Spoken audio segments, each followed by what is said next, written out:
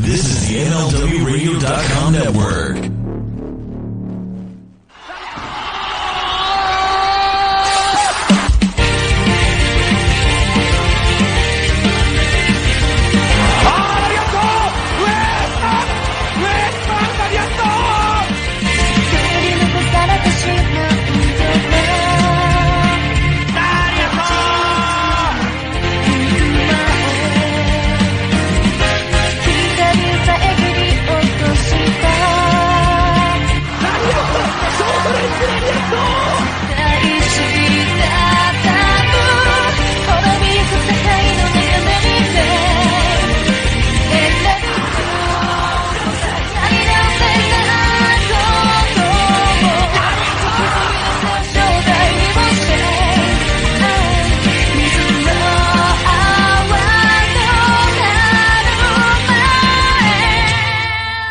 Welcome to a new episode of the Eastern Lariat podcast, your show for news, notes, reviews, and opinions on the world of Japanese pro wrestling here on the MLW Radio Network, as well as on cagematch.net. I'm your host, STRIGG, back after a little while, because our schedules didn't really meet up or match up. But of course, my co-host Dylan is here once again after he already did a show this past week, or early this week actually, with Sandre about the 5-Star Grand Prix. Dylan, how are you feeling today? Well, let me tell you, Strigger. First of all, welcome back. So good to have you back. You were on a globe-trottering lifestyle right now. You had to go to all places, be out there, do some great things, as you are known to do. And yes, me and Sandra did do a show about the 5-Star Grand Prix, particularly the final. But we had a whole wrap-up of the tournament and all of that stuff. It was really cool. Hopefully everybody enjoyed it out there. I know a lot of people always do love these big tournament episodes. Yes. Some of the biggest episodes on YouTube were the tournament finals, like the G1 was right up there. And this one should be right behind that overall. And obviously the Dream Queendom show was like a really big show when that happened, but it was just so fun to do the show and follow the tournament on the Patreon, patreon.com/Eastern Lariat.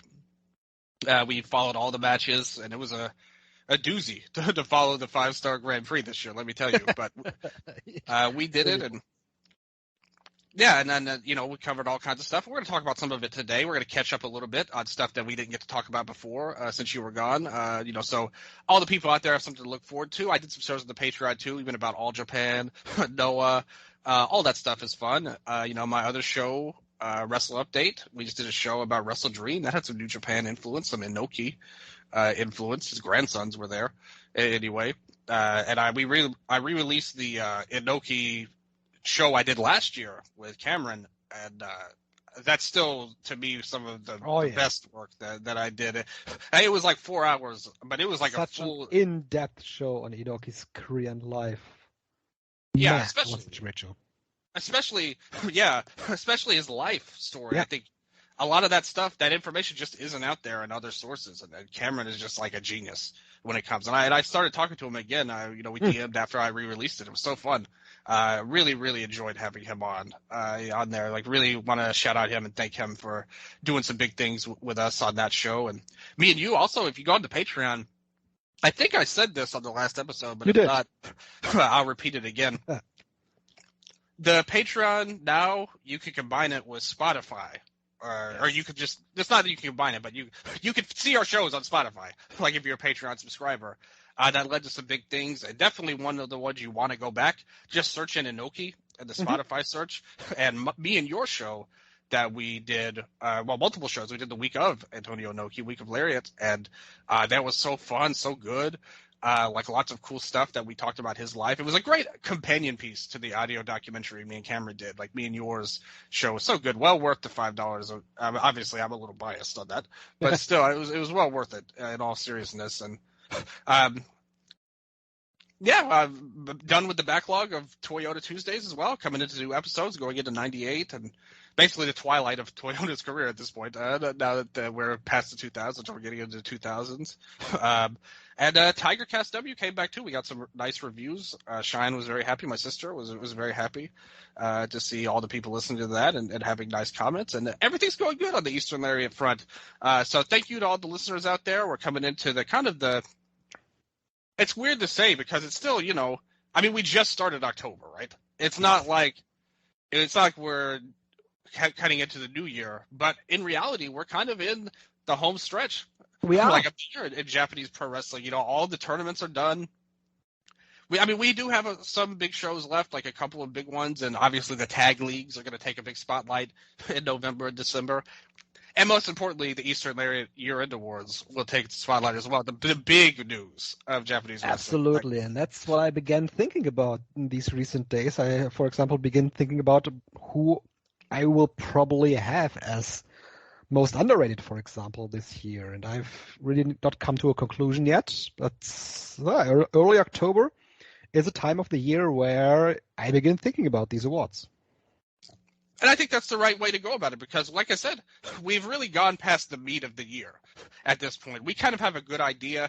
Maybe somebody will pop up that will steal the show for the last 3 months. But in reality, the year is we've gotten through the meat of it. And hopefully everybody out there can think about those because we really appreciate the half-year award votes. Set a record, blew away our previous total for the half-year awards. This year-end is going to be even bigger. The first official awards, man, it's going down in the record books, people, this year and stuff. So keep your eyes peeled for that and keep who you think in mind. And most underrated, I'm sure we'll have however many votes we get. I'm sure everyone will have a different pick based on the half-year. Once again. Yes, I've yet to decide how long this underrated award will go, to be honest, if things turn out how they did. That may be one that gets replaced in the future. Maybe. We did make some changes to the awards in the half year from where we were before, but regardless, we will do some stuff there, all kinds of stuff. Maybe I'll do a show for the Observer Hall of Fame again. Gerard, I tried to get him on for a show while you were gone, but he was busy. But we're going to do busy something. Man, of course, yes.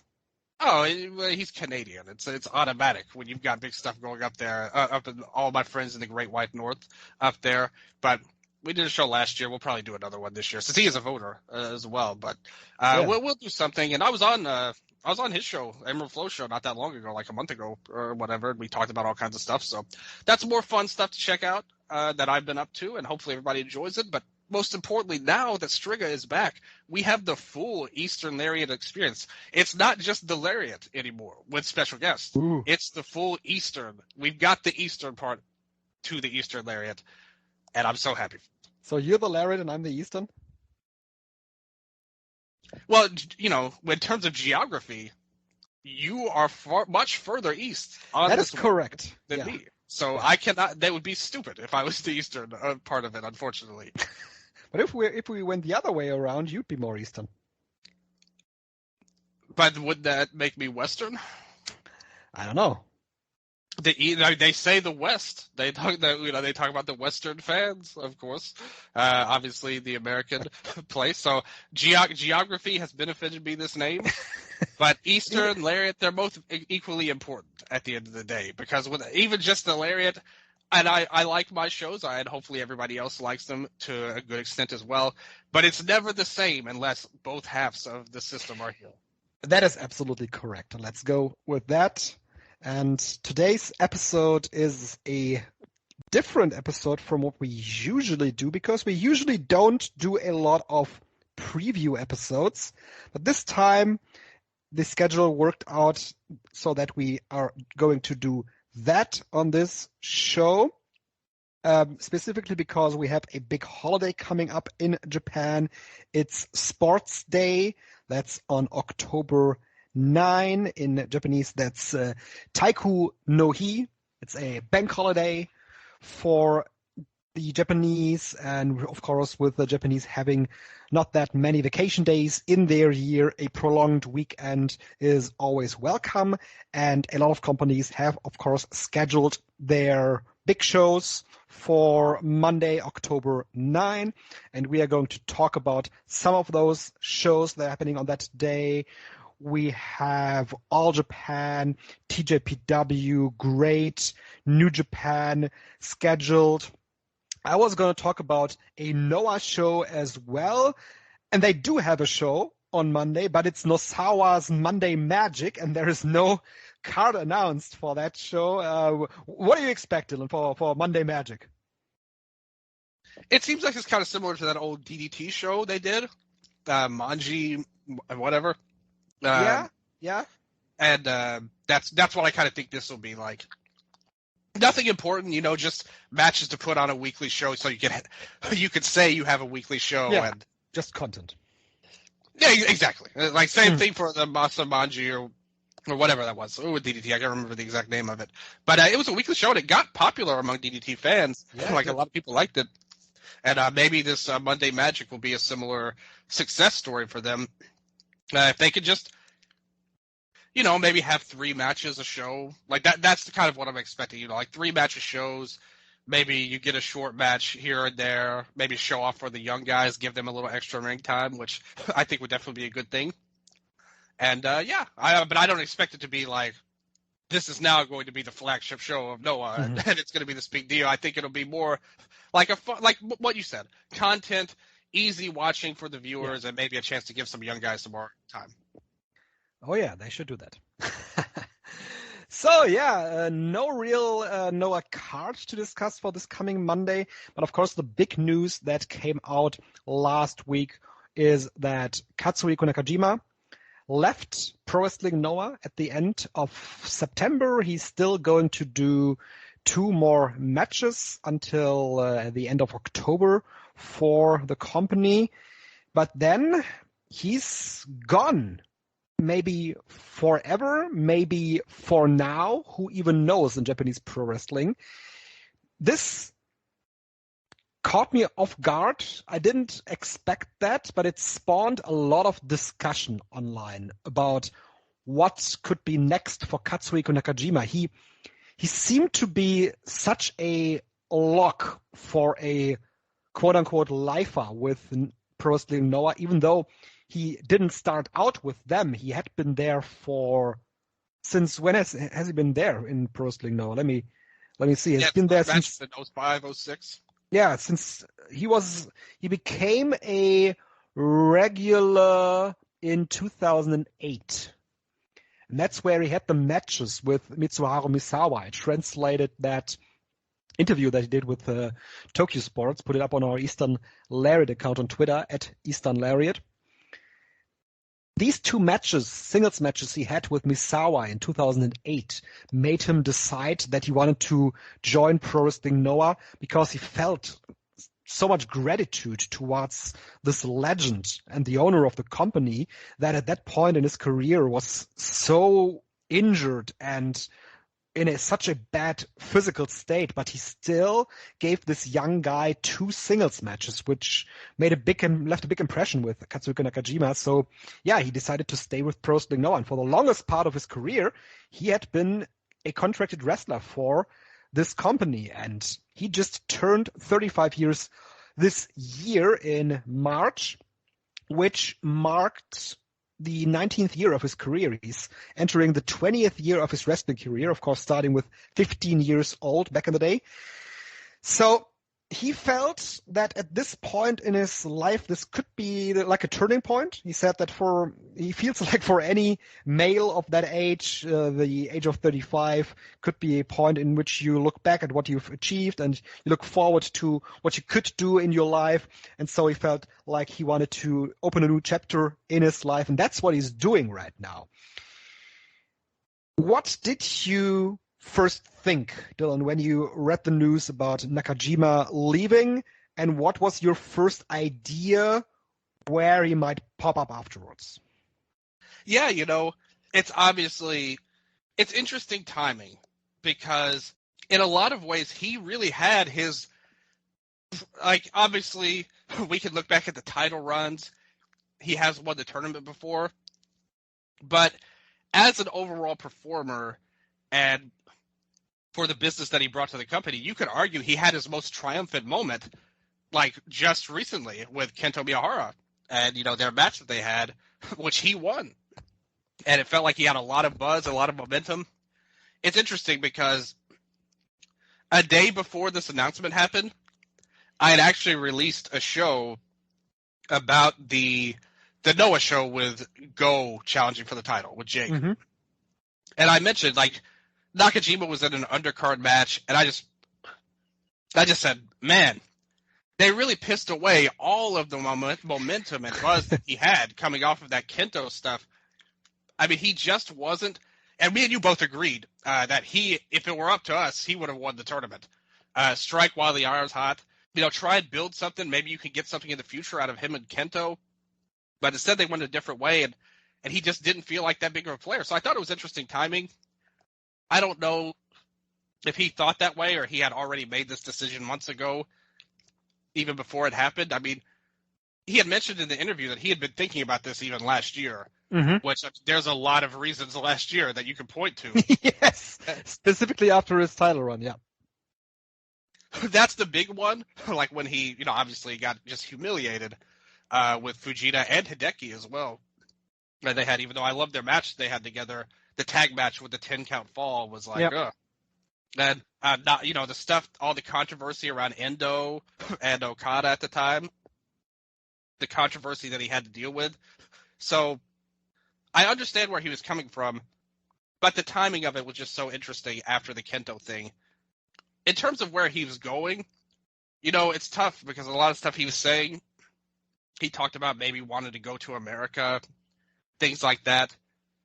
And then even in the interview, he basically said, well, if I was going there, I probably would have already have done that, like already announced that. I mean, he could still be going to America. He could still be going to whatever place he wants to go, but there is nothing set in stone. That's basically what he said in the interview. If there was, he would have had a ceremony of sorts. And I just don't think there's a great future for him. Nothing against him or his talent, but he's smaller than you think. Yeah. And for AEW and WWE, they're not going to really... I don't know if they would go for him in any kind of major role.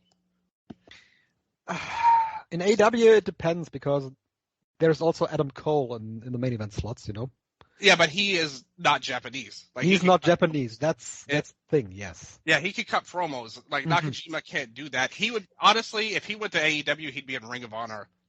I think so, too. I have a real hard time imagining a Katsuhiko Nakajima in AEW or in WWE. We can go back to the interview that him and Miyahara did prior to their match they had, where both guys talked about their philosophies in pro wrestling, and whereas Kento Miyahara said, yes, I love professional wrestling because I grew up loving Hulk Hogan, whereas Katsuhiko Nakajima said, yeah, my pro wrestling is the martial arts based style of pro wrestling. So that's different from what WWE and also what AEW is doing these days. AEW this year has turned to much more of a sports entertainment company than in years before. And with that, I have a hard time imagining that he would have any kind of big role in a company like AEW. You might go to Don Callis managing Konosuke Takeshita, but Konosuke Takeshita is a guy that, from his roots in DDT, had just more of a chance to adapt to a different environment like AEW is than a Katsuhiko Nakajima would have. So he's bigger. He's got connections with people in the company. Yes, he's more charismatic. The thing is, Nakajima's got a charisma to him. I don't know if it translates as much. Like, Takeshita is like a universal appeal because he can do a great baby face. He's done a great work as a heel. I'm still skeptical that he's really going anywhere right now. If you look at storyline. Let me put it this way. I also think that Nakajima is very charismatic, and Nakajima is able to own a room. That goes without question. But I don't think that he is per se a great television wrestler. Yeah. contrast to guys, for example, like Jay White, who we are seeing in AEW now, translating to the audience much better than he used to do in New Japan Pro Wrestling. He is a great TV wrestler, but I don't think that Nakajima is a great TV wrestler. He's a great wrestler when you watch him in these circumstances where he's able to connect with the people that he's wrestling in front of. That he's great in. But him being on Dynamite in these big arenas, I don't know. I don't know if that's for him. And like his best stuff in his Noah run was when he had something really emotional to sink his teeth into. Whether it's the Kento stuff or the Axis stuff with Go. Like, he wouldn't be afforded that in an AEW. And I just don't think there's any reason for him to even think of something like that. And that kind of leads me to the Japanese standpoint. I can't see any reason he would leave Noah to go to any other company except New Japan. Like, just financially, I just don't think there's any reason for it. Like, you're not going to make what you can make in Noah, like, ultimately. Especially now in this economy, which is not in a great place in Japan right now. Now is not the time. Not a good time. No, not a good time to go freelance. Yeah, I think he's going to New Japan. Like, they've got people that want him there. LIJ has, definitely multiple people that want him. He would fit like a glove in a place like that. I don't think he'll ever be a main event player or anything. I believe we talked about this at one point. I think his ceiling is limited, but for an early run, like, I think you could make – there's money to be made with him, even though I don't think they'll get behind him long term. But let's say their big storyline right now is Naito going into the Dome, trying to get the title. We're going to talk about that in a little bit. What if he wants a fresh challenger to start off his title reign? You bring in Nakajima right away. Just build to one big match with him. Settle him in afterwards. I think that there's evidence that they would want that. Obviously, the Congo and LIJ stuff is very prominent with the New Japan. But I think he makes sense on that level. After that, he's probably more of an upper mid-card player. Again, I don't really see him as a main event level guy, but really even in Noah, what did he do really in the last year or so that would make that any better? Yeah, that's my answer. Yeah. I don't know. I mean, of course, yes, New Japan is the logical choice. What if Japanese companies, they have these freelancer deals as well. Minoru Suzuki is one of the most famous wrestlers that usually when he is in a company, he is on a freelancer deal that locks him up for certain dates with the company. What if he does a deal like that, for example, with New Japan, and then also is able to take some bookings of his own, maybe go to independents in America, or even, I don't know, do All Japan, do other companies? Would that be something that you'd think he could do? Yeah, if it makes financial sense, I could see that. Like I said, I really think his upside is really to build to a big match in New Japan, not necessarily somebody that they're going to get behind for years to come. I think he'd be a great guy to have on the, I mean, we saw the G1 this year. They could use somebody with his talents, to fill out these big G1s they have, in that mid-tier. Specifically with some of these guys dropping out in the next coming years. You talked about this long-ass tournament that Stardom had with Sondre, and Stardom, they were only able to have a tournament like that, and even they had to suffer injuries there. They were only able to have a tournament like that because they have a young roster. Any other roster with people over 30, they would have broken down by the half of the tournament. The G1, I don't really agree with that because the number of matches were the same. The scheduling sucked, and the matches were very short. The scheduling sucked. Yeah, the scheduling is just longer. Yeah, and the matches themselves were shorter. You wrestled less in the 5-star than the G1. It's just they managed it so much better to where it was a night in, night off type of deal. Yeah, but most wrestlers wrestled on their in other matches as well on these other shows too. And by the end, I mean, for most of the tournament, it was all tournament matches. So, I mean, I think that they would do fine. The big thing is, though, Will Ospreay, maybe he's on the come up. You've got a spot to leave, spot to open after that. I think Nakajima fits right into that kind of level if they wanted to. We talked about others like, for example, Tomohiro Ishii. We don't know what his future in the tournament looks like. They phased out other older guys as well. In the next coming years, we'll be talking about a guy like Hiroshi Tanahashi, of course, as well. Not right now, but the day is going to come. Yeah, he can't last forever. He's got a couple more years left. Mm-hmm. Even the guys like Goto. Goto, right him. Even Naito, he's not going to last forever. Mm-hmm. And then there is this big talking point that I always have when I talk about New Japan Pro Wrestling going after wrestlers from other companies. Of course, Nakajima isn't even the younger guy right now with 35 years old, but still probably one of those guys that you can go with for the next foreseeable future. But that's one of the problems, one of the core problems New Japan is having. Now they are building new guys in Yota Tsuji, Shota Umino, and to a degree Ren Narita. But for the last couple of years, there basically has been nobody that they have built that even comes close to being a formidable star for a tournament like the G1 Climax. We always go back to Okada, to Naito, and maybe there is a third guy in 1 year or what you can have. Yeah, like an Ospreay. Like an Ospreay, yes. But usually it's the guys that have been around for the last 10 years, and they've not been able to build up others. So a guy like Nakajima coming in fresh, having a lot of fresh matches would make total sense, yeah.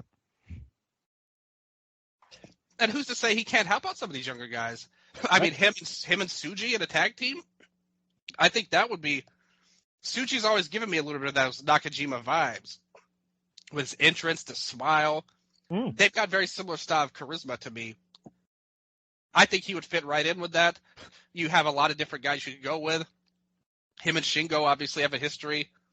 I think him being in New Japan would be a great move for both sides. Obviously, it would be a bump up in size for Nakajima, but just for the company, I think he would be a great addition. Again, I'm not saying that he's going to be the world champion or put the title on him or anything like that, but I do think there's value there. And then who knows? I mean, Shingo got the title. We never know what's going to happen. Who's to say somebody doesn't make a surprise jump of their own to America or something like that, or there's an injury at a impromptu time. Nobody knows. So I think it's worth a shot. And realistically, what was his real future in Noah at this point? He's done everything. Yeah, he's done everything, and I don't know if he'd ever be in the position to become champion again. If they would have won it, this would have been the time right now. You mentioned totally after agree. The big win over Miyahara, he went in with a lot of momentum into the N1, and we figured, based on that, he would have a chance of winning. He did not in the end. So I don't know what bigger of a story, what bigger of a momentum you can have next year. There is another part of it that we have to talk about. With that win over Kento, is this one final middle finger to that young punk Kento Miyahara who hated him all these years, signing with New Japan so he doesn't have to put over That's Kento the question. Again. That would be a total worker move, and I could see that. Has this man out-Hoganed Kento Hogan right now? That is the question we need to ask right now. It's not working for me, brother. Yeah. Oh, yeah, I'll put you over in December. Sure. Yeah. See, no, I don't know. I mean, I didn't lie to you. I just didn't tell you that I'm going to sign a New Japan contract in October. Listen, plans have changed. That's all I'm saying. Not that, but cards subject to change. Young punk. I don't know how true it is, but that would be. I mean, it's true though. Ultimately, if he signed to New Japan, he's not jumping. He's not losing. Yeah, exactly. So that would be very funny if that happened at the very least. Because I mean, okay, let's take away New Japan off the table. What other options are there? That's what I was going to address. I mean, we've discussed that under the tweet that I made about Nakajima as well. The obvious one with the Miyahara connection would be All Japan Pro Wrestling as well. But to be honest, they lost Jake Lee to Pro Wrestling Noah. I don't think that All Japan is in any kind of position to make any moves to a guy with the caliber of a Katsuhiko Nakajima. All Japan Pro Wrestling realistically is a company that has to look at the indies and has to get guys from there. I don't think that All Japan is a company that can afford, just not only from their reputation right now as a company, as well as from their financial standpoint, that has the ability to look upwards. So it would be nice to imagine Katsuhiko Nakajima in an environment with Yuma Aoyagi, with Kento Miyahara, with Yuma Anzai, and so on, but I don't think it's realistic. Exactly, and that's why I said what I said. There's just from a financial is the big thing. This says nothing about All Japan as a company or their talent level, because I think they're every bit as good as Noah, if not better, in a lot of ways as a company. If you just look at their shows, but financially, Cyber Agent, they just have such a long reach. You know, like you're not going to be able to replace that with a company that's, you know, All Japan's a historical company and a legacy company, but they're not owned by a big, you know, megalomaniacal corporation like, you know, New Japan and Noah. So it's just really tough. There's also the part maybe GLEAT, you know, they need more people. They don't care about losing money. And maybe that could be a big move of theirs. I mean, Ledet did own Noah for a while. He would have connections there. Is this part of Shima's big move that Nakajima is his latest pull into the wonderful company that is GLEAT? Oh no. Well, hell, there is an X on the GLEAT card. Kaito Ishida's opponent. I'm not saying it's for sure him, but I mean, there's reason. Like, if it's not New Japan, that is the only reasonable place, I would say. Mm-hmm. Just because of the money that they're willing to burn through. And, yes. And, you know, he, like I said, he has connections. Ledet owned Noah for a little while. Maybe he's a guy that they would I mean, I'm sure they would love to have him if they could, if he would want to go. That remains to be seen. It would be a downgrade in terms of company prestige for sure for him. So, and like I said, I think that New Japan is probably the logical place, and we'll see where it goes. I mean, I don't expect anything to be announced right now. I think he's going to work his Noah dates out. They're going to make a big deal. He's not in a rush to announce anything.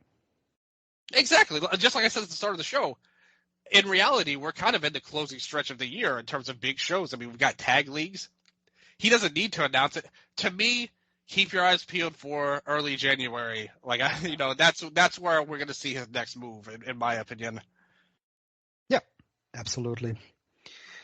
Yeah, so much, I guess, for this point of the show with Katsuhiko Nakajima. One thing I know I want to say real quick. Did you see the Jake and Go match? No, I did not. What did you think of Jake retaining? I did not expect that. I don't think anybody did. I don't think anybody did expect that.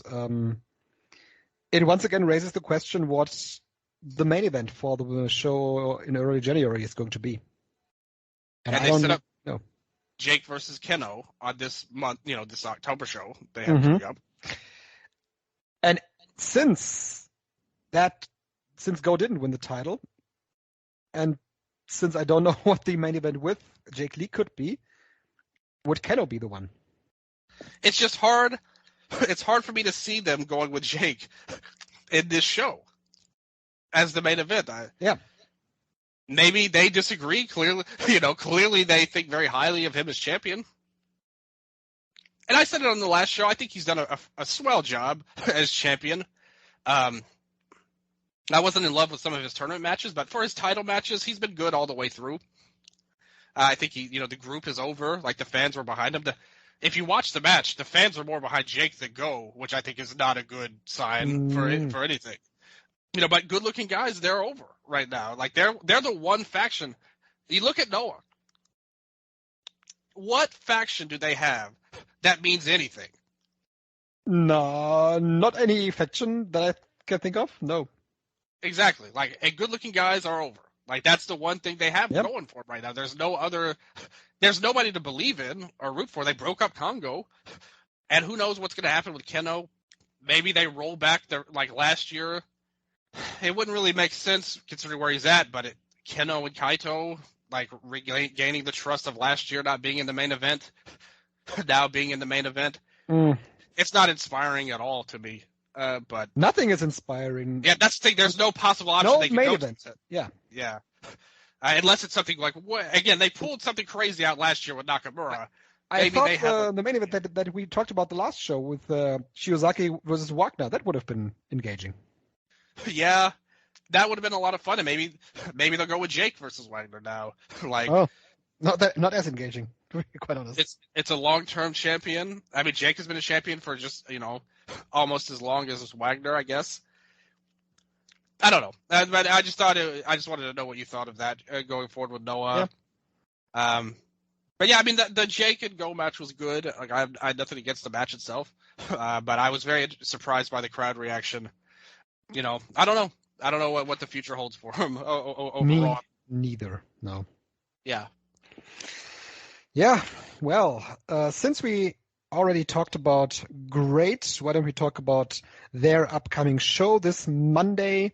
They have a themed show that's called GLEAT Version X, GLEAT versus Kyoteki, and Kyoteki translates to something like strong enemy, or in the phrase of Kyoteki Otaosu means like beating a strong opponent, a strong enemy.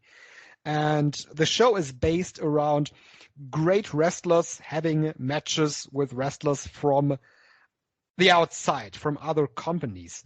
And what I'm going to do for some of these shows, Dylan, I'm going to run through some of the undercard matches. And whenever you have something to say about the matches, just scream, just shout in. We'll talk about the main matches specifically.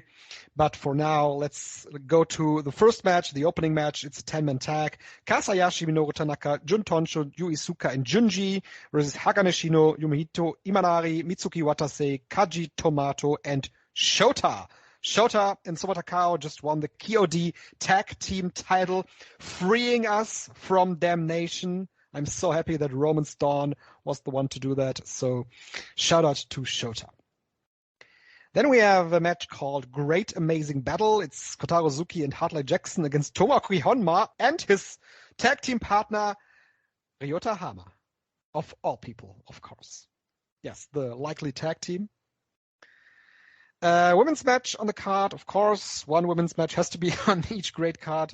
Yukari Hosokawa, Unagi Sayaka, Itsuki Aoki, and Yurika Oka from Sendai Girls against Michiko, Aoi, Risa Sera, and Arisa Nakajima. So bringing in Arisa for this 8-man tag feels like a wasted opportunity, but that's the great women's division for you in a nutshell. Hey, and it can't be worse than what she was doing in Sukaban. Oh yeah, that's true, but it's not any better, to be quite honest. Yeah, we're going to we have 9 matches on this card. Match number 4 is a lidded UWF double bout. Soma Watanabe and Tetsuya Itsuhi against Masakatsu Funaki and Tyson Maiguchi.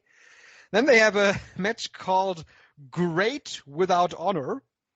It's Takanori Ito and Issei Onizuka against Isami Kodaka and Yuko Miyamoto.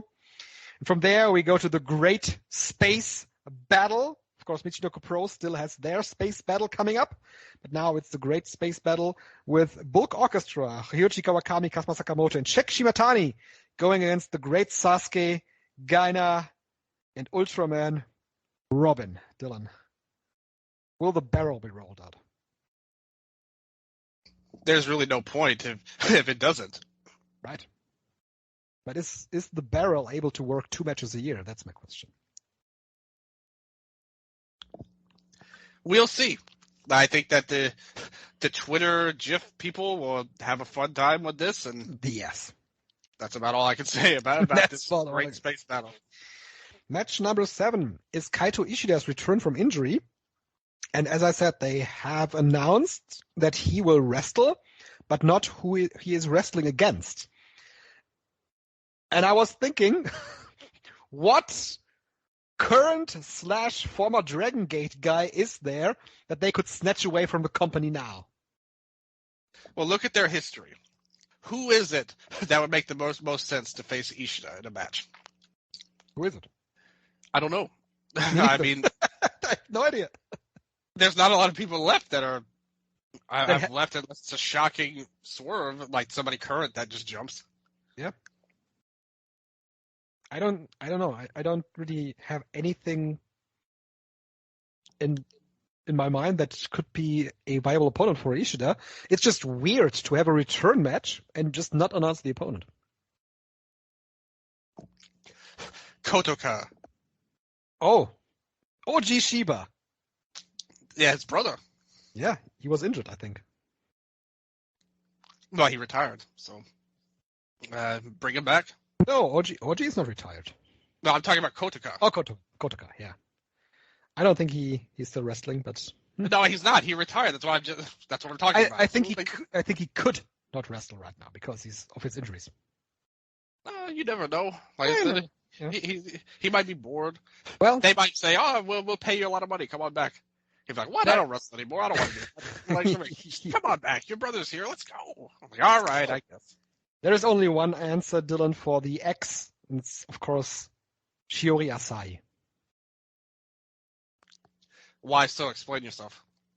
He used to be X in DDT. Whenever they had someone announced, it was always X is Shiori Asai. It used to be a running back in DDT. K-Dojo alumni. But this is a DDT. Okay. If that's not DDT, then it's got to be Satoshi Kojima. That's true. I mean, they worked with New Japan. Why not? Yeah. I mean, why not? Would be a weird match. Hiromu.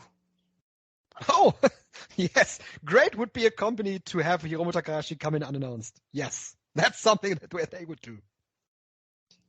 That's my prediction. Yeah. All right. 2 more matches on this card. GLEAT versus Invader. Lindemann and Hayato Tamura go against SBK and Takuma. The debut that SBK and Takuma had in Kurikan Hall, was it, I think, 2 months ago? Yes, a month and a half died ago. a death. It was horrible. Yeah, the funny thing is, if you didn't watch it and you just read what was said online, it seemed kind of cool. Yeah, but then when exactly. you watched it, when you watched it, it sucked. It totally sucked. And these guys look like they've aged 15 years since they have left for Mexico. I don't know what there is for these two guys in GLEAT. There is, of course, the link to the Strong Hearts, but when that's done, what is there for these to do? I said it when they came in.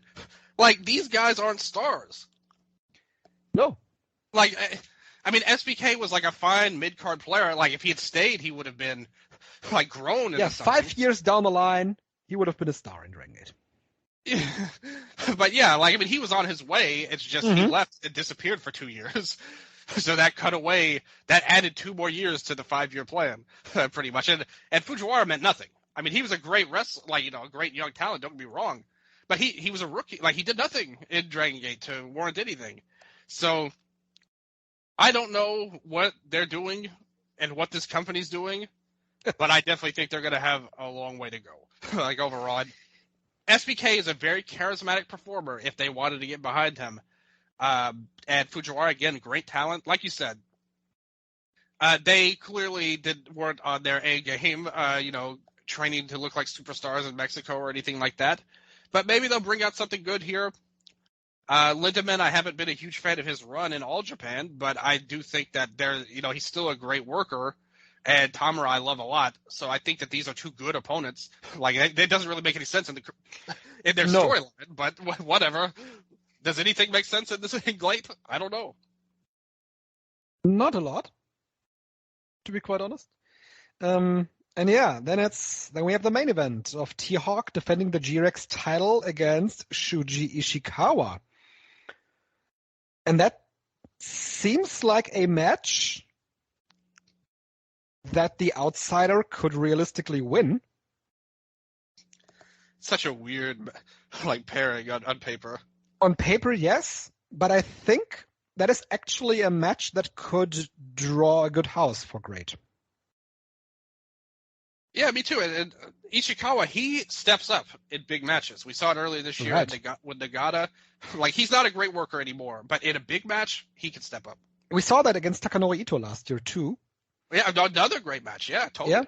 Yeah. So in GLEAT, he has had a great record so far. So him winning the title off of T-Hawk and having a good run as a heel invader could actually help out the company if they have someone in mind that could defeat Ishikawa. And I'm, of course, looking at Hayato Tamura once again. Yeah, they kind of, ideally, he would have won in the Sumo Hall show. Yeah. But they passed that chance up, and T-Hawk continued his run. And I like T-Hawk a lot. I think he's doing admirable work as champion in a really, not a great situation. He reminds me of, the Bryce Young of wrestling right now, the Carolina Panthers quarterback. A lot of people are down on the team. He's not doing great. But then you look at his offense, the people surrounding him, and it's just bums left and right. People, letting people go by untouched. People who can't catch, can't run, can't do anything. He's trying to carry this team that has nothing to it. And that's how I feel about T-Hawk. He's being the quarterback. He's the champion. And maybe people will dog him for that and talk bad about him and say his run is bad. But he's doing if anybody does not deserve blame for what's going on in GLEAT, he is the one doing the best that he can. And I think this will be a good match again. It's just a weird matchup on paper. You're going to see these two stand off against each other, and you're going to be like, what the hell is this? It's like he's going to be triple this man's size. How can he believably win? I don't know. But I agree. I think Ishikawa could win, and maybe it would work. I don't love the idea of him as champion in 2023, heading into 2024. But at this point, getting an All Japan guy, period. Ideally, imagine if this were Ryuki Honda, in this spot and winning the title. I think that would be a lot better, actually. But Ishikawa, I don't have a big problem with it. They need to do something to try and get a spark to the company. But I think if there's any problems in the company, the champion would be basically near the bottom. That's it. They probably want a spark, and I don't think that they see a spark in guys that are still up on the rise in a company like All Japan. I think they will go to the big names that have worked in the past. I suppose so. I don't know if Ishikawa, his career arc is as kind of a long-time indie guy into an All Japan guy. But, it's worth a shot. Again, I'm not completely down on it. I think anybody from All Japan is a good idea. I just don't know if it would be him if I were making the decision. Okay, yeah. Did you remember, Dylan, that this company actually has another championship, or two other championships to be precise? They have the G Infinity Tag Team title, and the Voodoo the Saito brothers, they have been defending this title in GLEAT and in All Japan, but they are not on this card. They have, I don't know, I think they're on the All Japan card that day. Yes, they are on the All Japan card challenging Kento Miyahara and Yuma Aoyagi for the World Tag Team title, and the show is not in Tokyo, so that couldn't work out for GLEAT then. And they also have the Lilith UWF Championship. Did you remember? Of course, Fujita Hayato is champion, so... Wondering if he's ever defending the title. That is, it's just more question marks. In the company, the women's division, they seemed like they were going to start something with Diamond Egoist, lose right away. That doesn't matter. All that build up, nothing. Janai Kai done, going back to America. Doesn't make any sense whatsoever. The stuff that they're doing. Tag team titles, been on the Saito brothers forever. No real tag teams built up to go for them or really have anything good to come out of that. UWF title, like you said, Hayato, great champion, ideally, but will they use him?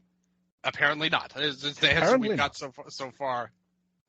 I mean, it's just such a weird company. Again, I don't really blame like any wrestlers. No, it's just how they use. I'm just happy for everybody that's getting a payday off of this company, and that's it. Yeah. Yep. I think that's about all you can say about him, but I guess so. So I'll say this: while you're going down that boring late card, I was thinking something. To bounce back a little bit to Nakajima, something we didn't mention, I wanted to note it. I don't want to forget it now.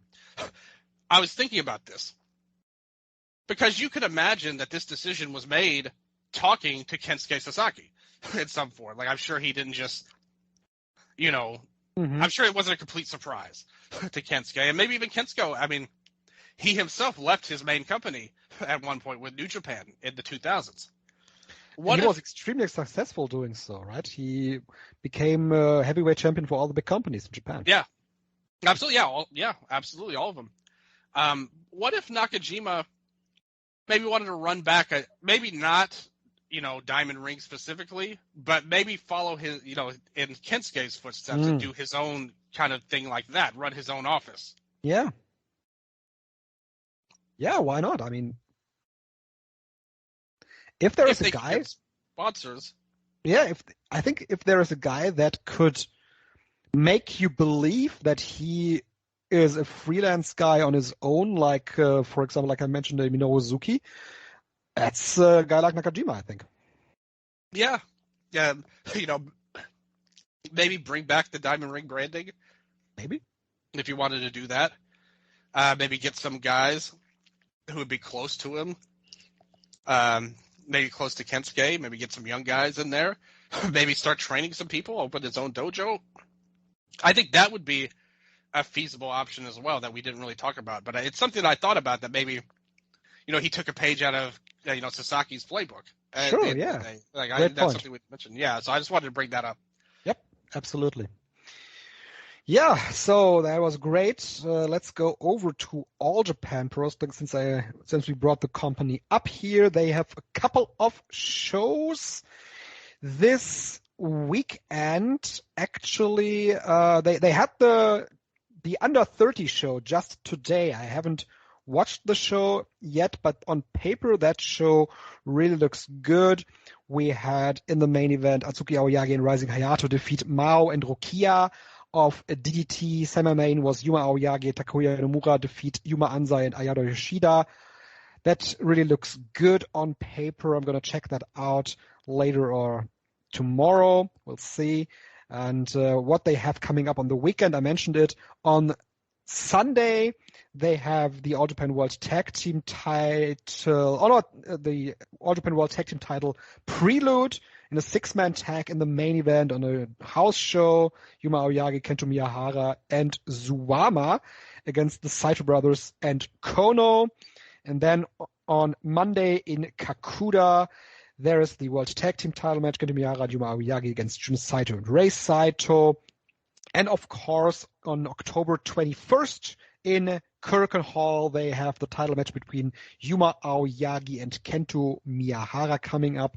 What do we expect for this one? Much like I asked with Noah, I'm going to ask again, did you see the show with Aoyagi and Honda in the main event? I did. I thought that this was a strong main event. I liked most of what I saw on the show. I thought that they drew a good house for that. I was, much like you said, Lindemann in All Japan is not really working out for me. I was disappointed with the match that he had with Hikaru Sato. It was such a short match, under 10 minutes. The Evolution and the Dentamura Zuwama and Ryo Ino match versus the DDT guys was really cool. I like that. I think Yukio Naya really strikes me as a guy that could be in the Champion Carnival next year. And except for the main event, I came away from this show. We were talking about the All Japan show from the 23rd of September, of course. I came away liking the Hideki Suzuki and Koji Omoto versus Shuji Ishikawa and Yuma Anzai match extremely well. I thought that Hideki and Anzai have great chemistry. out of this world great chemistry, and they are going to be paired on more shows this coming month. I'm looking forward to that. Hideki in All Japan Pro Wrestling is an immediate upgrade. Wherever he goes, he's an upgrade, and I'm hoping that he stays around for much, much longer. Oh, I said the exact same thing on my Patreon review of that show the day it came out. Hideki and Anzai, they just had an energy to them, and they were just fantastic together. I love that match. I thought it's kind of underrated. You look at some of the ratings. Man, those two together are just so great. Yeah. It's just this undercard match. Sometimes people not really paying too much attention to matches like that on the card. And that one, they gave it time. I mean, it was a 20-minute match. Iwamoto's return to All Japan, Hideki, they put some muscle behind that match. So I think it was definitely well worth watching. I'm with you. The main event was really strong. Aoyagi and Honda, as always. I think that those guys are great. And you see stuff like Aoyagi. I think he really is of the champions, he's the one that clearly stands out to me right now in Japan. Always not just doing good work himself, but getting the best out of his opponents, adding wrinkles into different guys. He wrestles a little bit differently against maybe a Rookie Honda as he did compared to his match with Suwama, compared to his tag work with Kento as well, and likely what they're going to do with him and Kento in a match as well. I really loved his title reign. I think he's done a fantastic job as champion. And then you look at the undercard. Like you said, Hideki coming in is just a huge upgrade. You've got Iwamoto coming back. You've got the Junior League coming up. They added a little bit of depth to it this year. Last year was only 6 guys. Now they added 8 guys. Mm-hmm. It's still not great, but they're moving up, and they got a wonderful cast of talent there. Anzai, I made this point on the Patreon as well. He, to me, it's like he's a guy that everyone always talks good about, and everybody always talks about how good he is for his age. I think he's really underrated, actually, just in general, because if you look at his body of work this year, and if you look at everybody's body of work, if you look at the entire the country of Japan in terms of pro wrestling, he is somebody that every time I watch him, no matter what situation he's in, whether it's a title match, whether it's in a tournament, whether it's in a tag match like this, or new opponents or opponents he's faced before, he gets the most out of every single match. Yeah. I think he is a fantastic. I don't think he's good for his age, or he'll be great. I think he's literally one of the absolute top tier best wrestlers in Japan this year. He just gets it. He from the get-go, from his very first match. There is rookies that need to find their place, that need to find their footing, that need to find how they move inside the ring. Yuma Anzai had that from the get-go. And he's better than so many other people, regardless of, I don't even consider him a rookie. He's a better wrestler than Koji Iwamoto at this point, watching that match. He's better. And he's better than most of this roster. If you look at him, he's a better wrestler than all but a very, tip-top tier of people. I mentioned Aoyagi before, somebody that I really liked. But I would take Anzai over pretty much everybody else. You can't really say in Kento's matches. I really liked his work this year, Kento as well. But besides that, I think Anzai is among the best wrestlers in Japan. I don't care about rookie status. I think he's one of the best wrestlers, period, in Japan this year. Yep. I was thinking about that when we were talking about awards. He's a guy that I look at just in terms of a top player. I can't say he's an MVP candidate because he hasn't been given the top title. He hasn't carried a company or anything like that. But in terms of the most outstanding wrestler, the Tanahashi Trophy, I think he deserves a look. If you look at his overall status. It almost feels unfair to classify him with all the other rookies in the Rookie Award because you would be running away with that. Well, we saw it in the half-year awards. Yeah. That he is a rookie. I mean, I'm not saying that he's not. But I'm saying I think a lot of people only say, oh, well, he's great for a rookie. But actually he's just great, period. He's one of the best wrestlers in Japan, regardless of how many years he has. And obviously, there's a lot of great young talent, but he's just so special. And I really loved his run so far. But anyway, rounding back to your original question, Aoyagi and Kento. I think Kento very well could win the title, to be honest with you. And I say that for this reason. I don't know how you feel about this. If Aoyagi wins, he's basically done everything at that point. Now that he's got the champion, that's the one thing he hasn't done is beat Kento in a Triple Crown match. So at that point, that's great and all, but at that point, where would they go next? Like, who would be the guy next to follow behind him? And as much as I love Anzai, if it were me, I have no problem with it. Hey, I said, hey, if you wanted to put the title and have him beat Nagata, I would have thought about it. I don't know if I would have done it for sure, but I would have tinkered with that thought, despite it being less than a year into his career. If they're ready for it, and obviously they don't push in the same as normal rookies, and that's a great thing for them. It's totally worked out. And if they're ready to go that far with him, say Anzai wins the Champion Carnival next year, then okay, then I guess you could do something with him and Aoyagi. But I don't know about that. I don't know if they're ready to quite go that far with him. So in that case, I think Aoyagi losing to Kento gives Yuma some stakes going forward next year. What say you? Yeah, I agree with that, actually. And I was just looking at the recent history of the Triple Crown. It is very striking that between Kento Miyahara and Yuma Aoyagi, they had Yuji Nagata as the placeholder champion that Aoyagi defeated in the end. So Aoyagi won the championship not from Kento Miyahara, but from Yuji Nagata. And the most recent title runs, the last Kento Miyahara run was 154 days. The Nagata one was 133 days.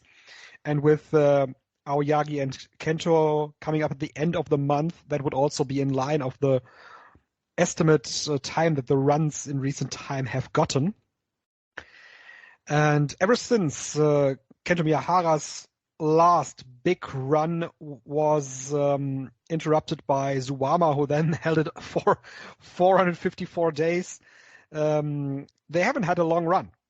And if there is one guy in the company that can have a long run, that's Kento Miyahara. If, again, Katsuhiko Nakajima is a big topic of this show. Yeah, yes. If there had been more of Kento Miyahara versus Katsuhiko Nakajima, I would have been hesitant to say that Miyahara wins the title right now. But since it's questionable if we're going to get more of this, that might be a way for All Japan to go, to have exactly what you said, Miyahara have a proper long run. And at the end of that run, maybe Aoyagi challenges him in the middle of that run, and then in the end of that next Kento Miyahara run, defeats him to go for another run of the Triple Crown. And I don't even think Kento has to have a long run. My point is more on Aoyagi, because if he wins against Kento, who's next? Who hasn't he beaten in this company? That's a legit challenger. Yeah, but if Kento doesn't go on a long run, would you think that Anzai would be next, or what? What about Ashino when he comes back? I know that's making a leap. You're right. What you're going to say is totally right. What was I going to say? Well, maybe they don't want him to be the champion. No, that's not what I was going to say. Maybe they do want him to be champion, but maybe it's too early right after the return. Yeah, I think it's tough because they spent so many years, kind of keeping him in a holding pattern, let's just say. And he finally got his moment. And then he went away, because of the injury. Is there a return schedule anyways for him? It's not scheduled, but I think he'll be back at the start of next year. Maybe even sooner. I saw him training, a video he posted, so I know he's on track, at least. Actually, at this point of the year, it wouldn't make any sense for him to return. Yeah, exactly. I think next year, early next year is the right time. Maybe at the end of the final of the tag league, he could come out, which would be a perfect place. If he were going to challenge somebody, right? That he could come back and say, "Hey, I never got my title shot." And I think that's the only logical, and that's the problem. If he had just been injured and he hadn't have won the Champion Carnival, I could kind of vibe with what you were saying. But I also think the only logical thing he could do in his return is go for the championship right away, because the last we saw of him was winning the Carnival. Hey, Kento and Ashino would be a great main event for January 2nd or 3rd. Or December 31st. Oh, yeah, that's right. Yes. They do have that show, too. Or, I mean, and you could do that with Yuma, I guess, like, cause he never beat Ashino for the title if they wanted to. So it's not like it's impossible. I think that's a good idea if they wanted him to be the champion. Again, we don't know. But it definitely felt like he had the momentum that he could be the champion. He did. Yeah. And hopefully that, we talked about it when he got hurt. Hopefully he can retain that momentum because, heck of a talent. We all love him so much. It's just tough when you go away for a while.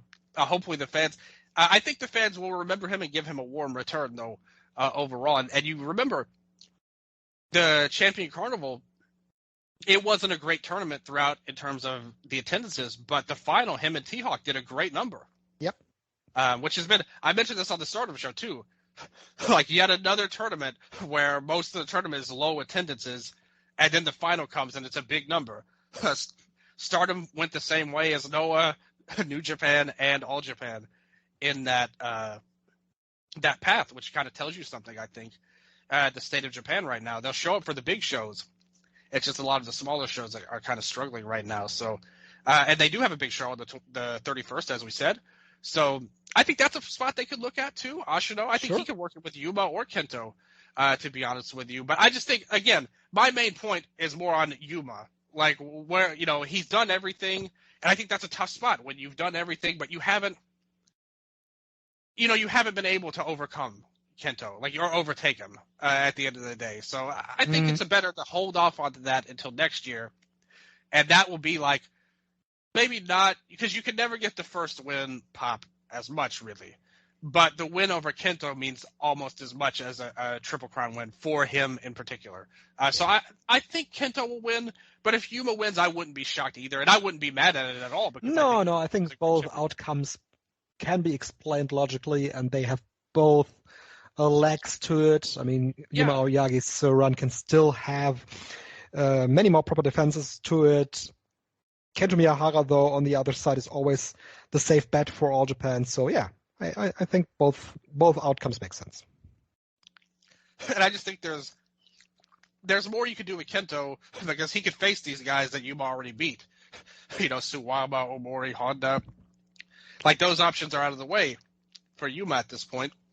Maybe you could have an outsider come in. What about the tag team? Because we're coming into the Real World Tag League, and by the way, these are the tag team champions right now. Yeah, going against each other. Is that team going to come to an end, or are they going to continue it? What's the plan with these tag titles, I wonder? It's an interesting time in All Japan because Takuya Nomura is back as well. Mm-hmm. And prominently at the beginning of this year, they had the Kento Miyahara and Takuya Nomura tag team that in the end led to a Triple Crown title match between these two. So, yeah. These two being tag champs, usually the tag title is vacated before the tournament. I could see them going into the tournament with different partners. Why not? Who would be Yuma's partner? His brother. Yeah, I like that. I think they're a really fun team. I mean, we haven't seen a ton of them, and especially in big spots, but I really think they work well together. Yeah. I'd be totally down with that, to be honest. Thing though, they have the junior title, the junior tournament, right? That's not Yeah. working out then. Yeah. And there's nobody really that you could think of. What about Hideki? Oh, that would be awesome. But They don't fit together really, but they're awesome. So I don't care. Hideki and Yuma Anzai would fit well together. There you go. That's how you are right on the money, Strigga. $1 million idea. Why not? There. Maybe Yuma Aoyagi and Yuma Anzai. Yuma and Yuma. Yuma and Yuma, yeah. Yeah, that could work. Yuma squared, yeah.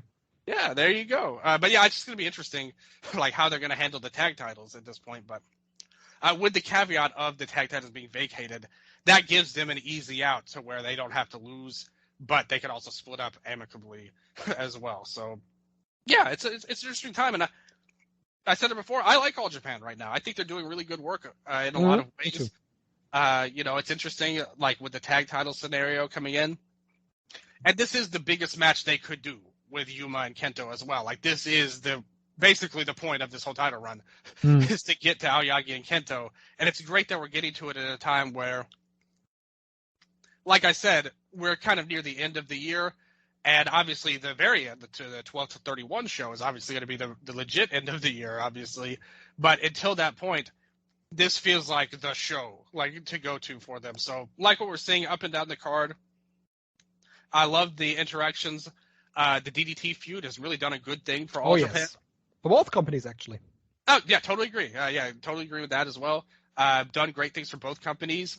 You get good cards up and down.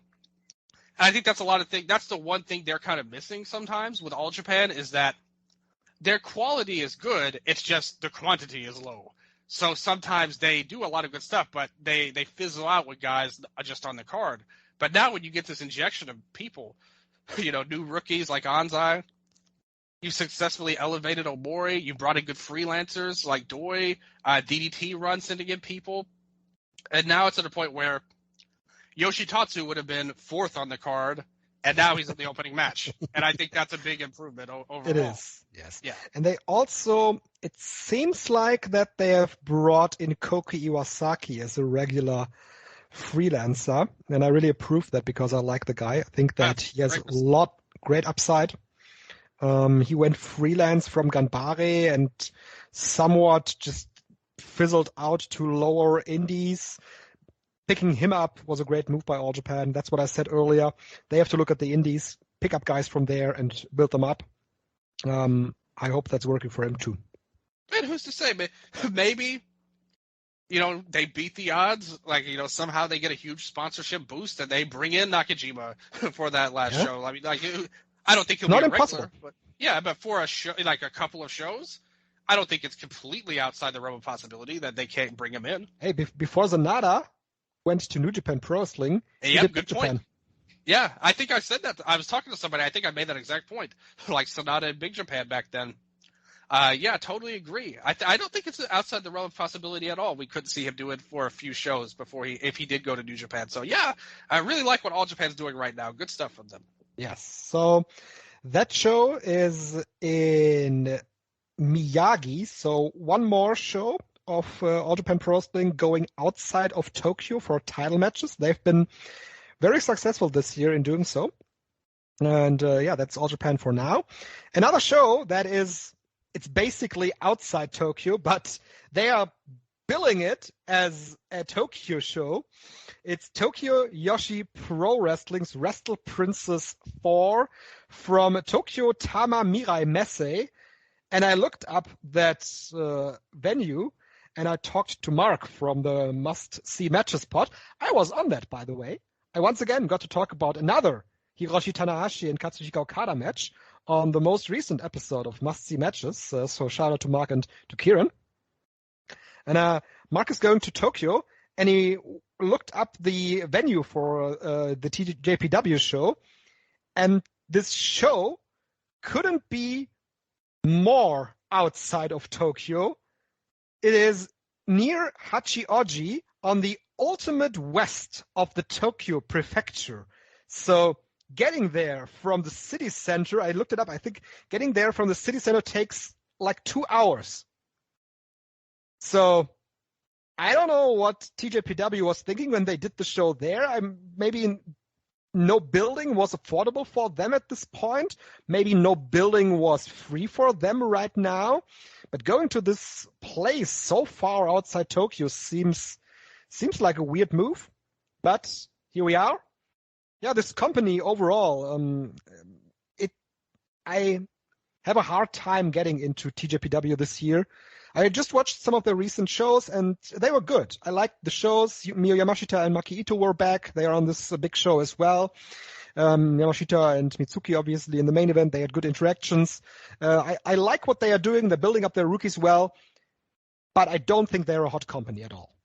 There's not a lot of stories to hold on to, and I think this card is a reflection of that, Dylan. First of all, let me just say, You did a great job on must-see matches with Mark and Kieran. I've been on there multiple times as well in the past. But your appearance with Okada and Tanahashi was really well done. I loved the passion you guys had for that. The last one I was on was Tanahashi and Ibushi for the G1 2018. And you loved that match. Oh, yeah, we all did. It was one of the best matches. I think you loved the match the most, I think, when I think about how we talked about that. Yeah. Yeah, that's right. Me and you. I mean, obviously, we covered it live when it happened, obviously. And yeah, I still think that was one of the best matches they ever put together. But we're like, between us, whenever they have a Tanahashi match coming up, they know what show to call for it. Is what we've learned there. But shout out to Mark and Kieran. As far as TJP, totally agree with what you said. They've got, on paper, they've got an interesting roster. Some are good, some are more character workers, obviously. But there's been years past where it seems like they've really been clicking. You saw improvements from a lot of people up and down the roster. You saw interesting new people come in. And yet somehow, I just don't know about this show. I'm looking at the card right now. Yeah. It's like you're missing a lot of big players. Obviously, somebody like Sakazaki out to injury. But even somebody like Daisy Monkey, like two of their better workers all year, nothing. And it's just like you could really do a lot more. They built a lot around, obviously, Yamashita going for the title. The problem with this is Mizuki is running into the same problem Shoko ran into last year as champion, where there's nothing wrong with her. Like, she's a good wrestler, but for sure. But her title reign is so she has no edges. Exactly. She has no edges. She's a great personality. She's a great wrestler. But there is really nothing that you can. There is no foil to work against with her. Exactly. Like they just didn't have anything built up for her. They built up to her big moment, which was very effectively. That was probably the best show of the year, when the one in March where she won the title from Sakazaki. Mm-hmm. So they built up to it good. This was the last real great emotional moment that they had this year. And after that, they really fell into a hole. And, they were going with people like Now and like things like that, and weak challengers that weren't interesting. And I know that may sound harsh, but it just is what it is. It wasn't an interesting title reign at all. Princess Cup, they built it a lot around Kamifuku, which was not, and Arai as well. It got a big spot in there. So that's going to drive away interest to me personally. They got around all of that to get to Yamashita. They gave her a decent moment, but again, beating Kamifuku wasn't the way to have her first tournament win, in my opinion. It's led to a really cold build to what should be a match between two of your longest tenured and biggest stars here. Knowing Yamashita is more or less not even a full-time person anymore, and will probably be even less so going forward, also I think hurts. When you're having so many people leave to go to America, it's not a good look to see people leave constantly and it feel like a big deal, or make the promotion seem like a hot promotion, as you said earlier. So even this match, which I love Miyu, I think she is a great wrestler, the best that they have, really. Mizuki, a fine wrestler in her own right and a good personality, like you said. This match will probably be really good, but going into it, it doesn't grab me at all. And the rest of the card, to me, there's just nothing here. Yeah, it feels like it's a card where they have a lot of pieces, but they struggled to put these pieces together to have a card that really feels like a big show. We can talk about some of the matches from the beginning here. They've good rookies. I said it. Haru Katsuhiko and Rina Okubo, they are good rookies. They are facing off in the opener. We have more of them. Arisu Endo, who you mentioned with Daisy Monkey, there's nothing with her and Suzume going on. Endo, Kaya Toribami, and Himawari. Himawari is great. They face the Ganbare Pro team of Harukatse, Yoshiko Hazakawa, and Riara. Then there is a singles match between Moka Miyamoto and Juria Nagano. I'm circling that because Miyamoto has been one of the shining lights this year in this company, one of the few shining lights, because her development has been really, really good. And Yuria Nagano, of course, is great on her own, but she also needs something. She needs a spark. And then there's the usual Aja Kong 6-man tag that's on any card. And I don't know, at this point, this is not a draw anymore because they put her on any big card, and it's usually the same match.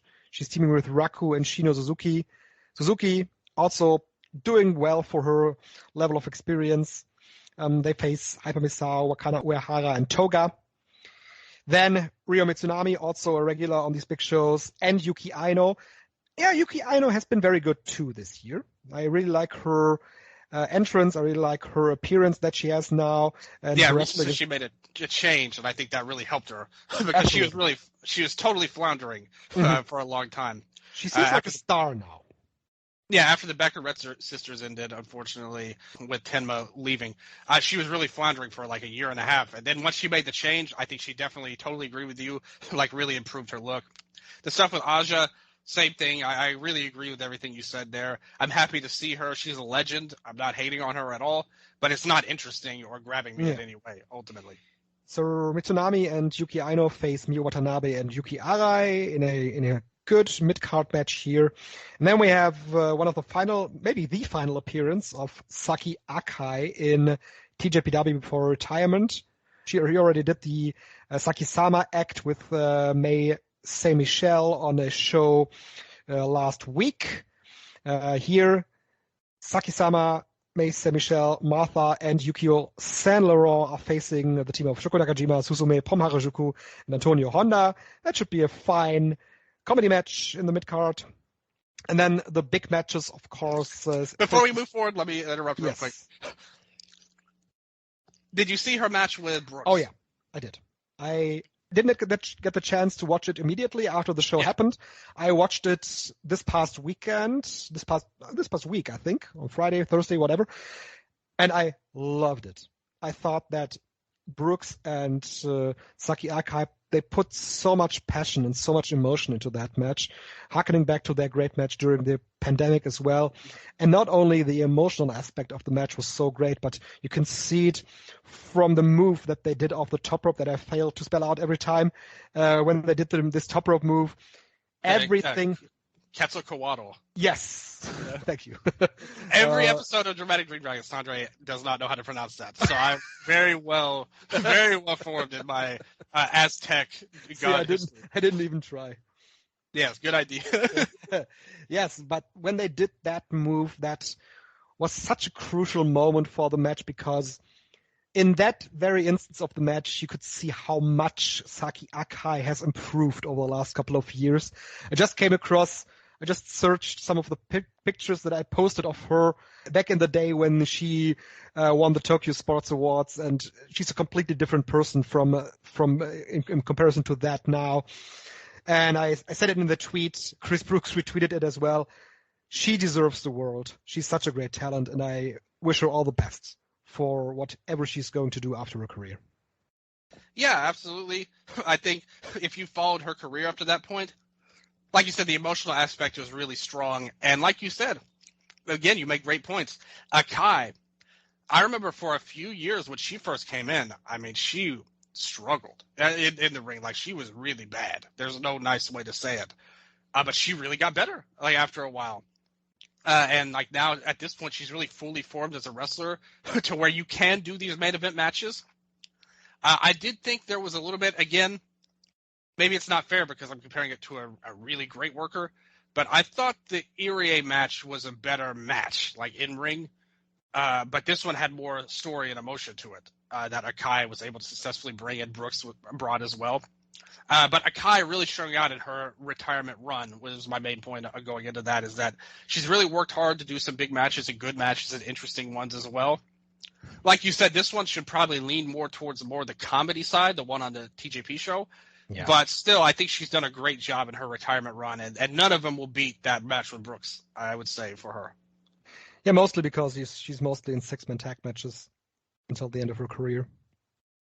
So that's the big one that she had. You'd think they would have wanted to bring something with her in Tokyo Joshi Pro to have a big match, Yeah.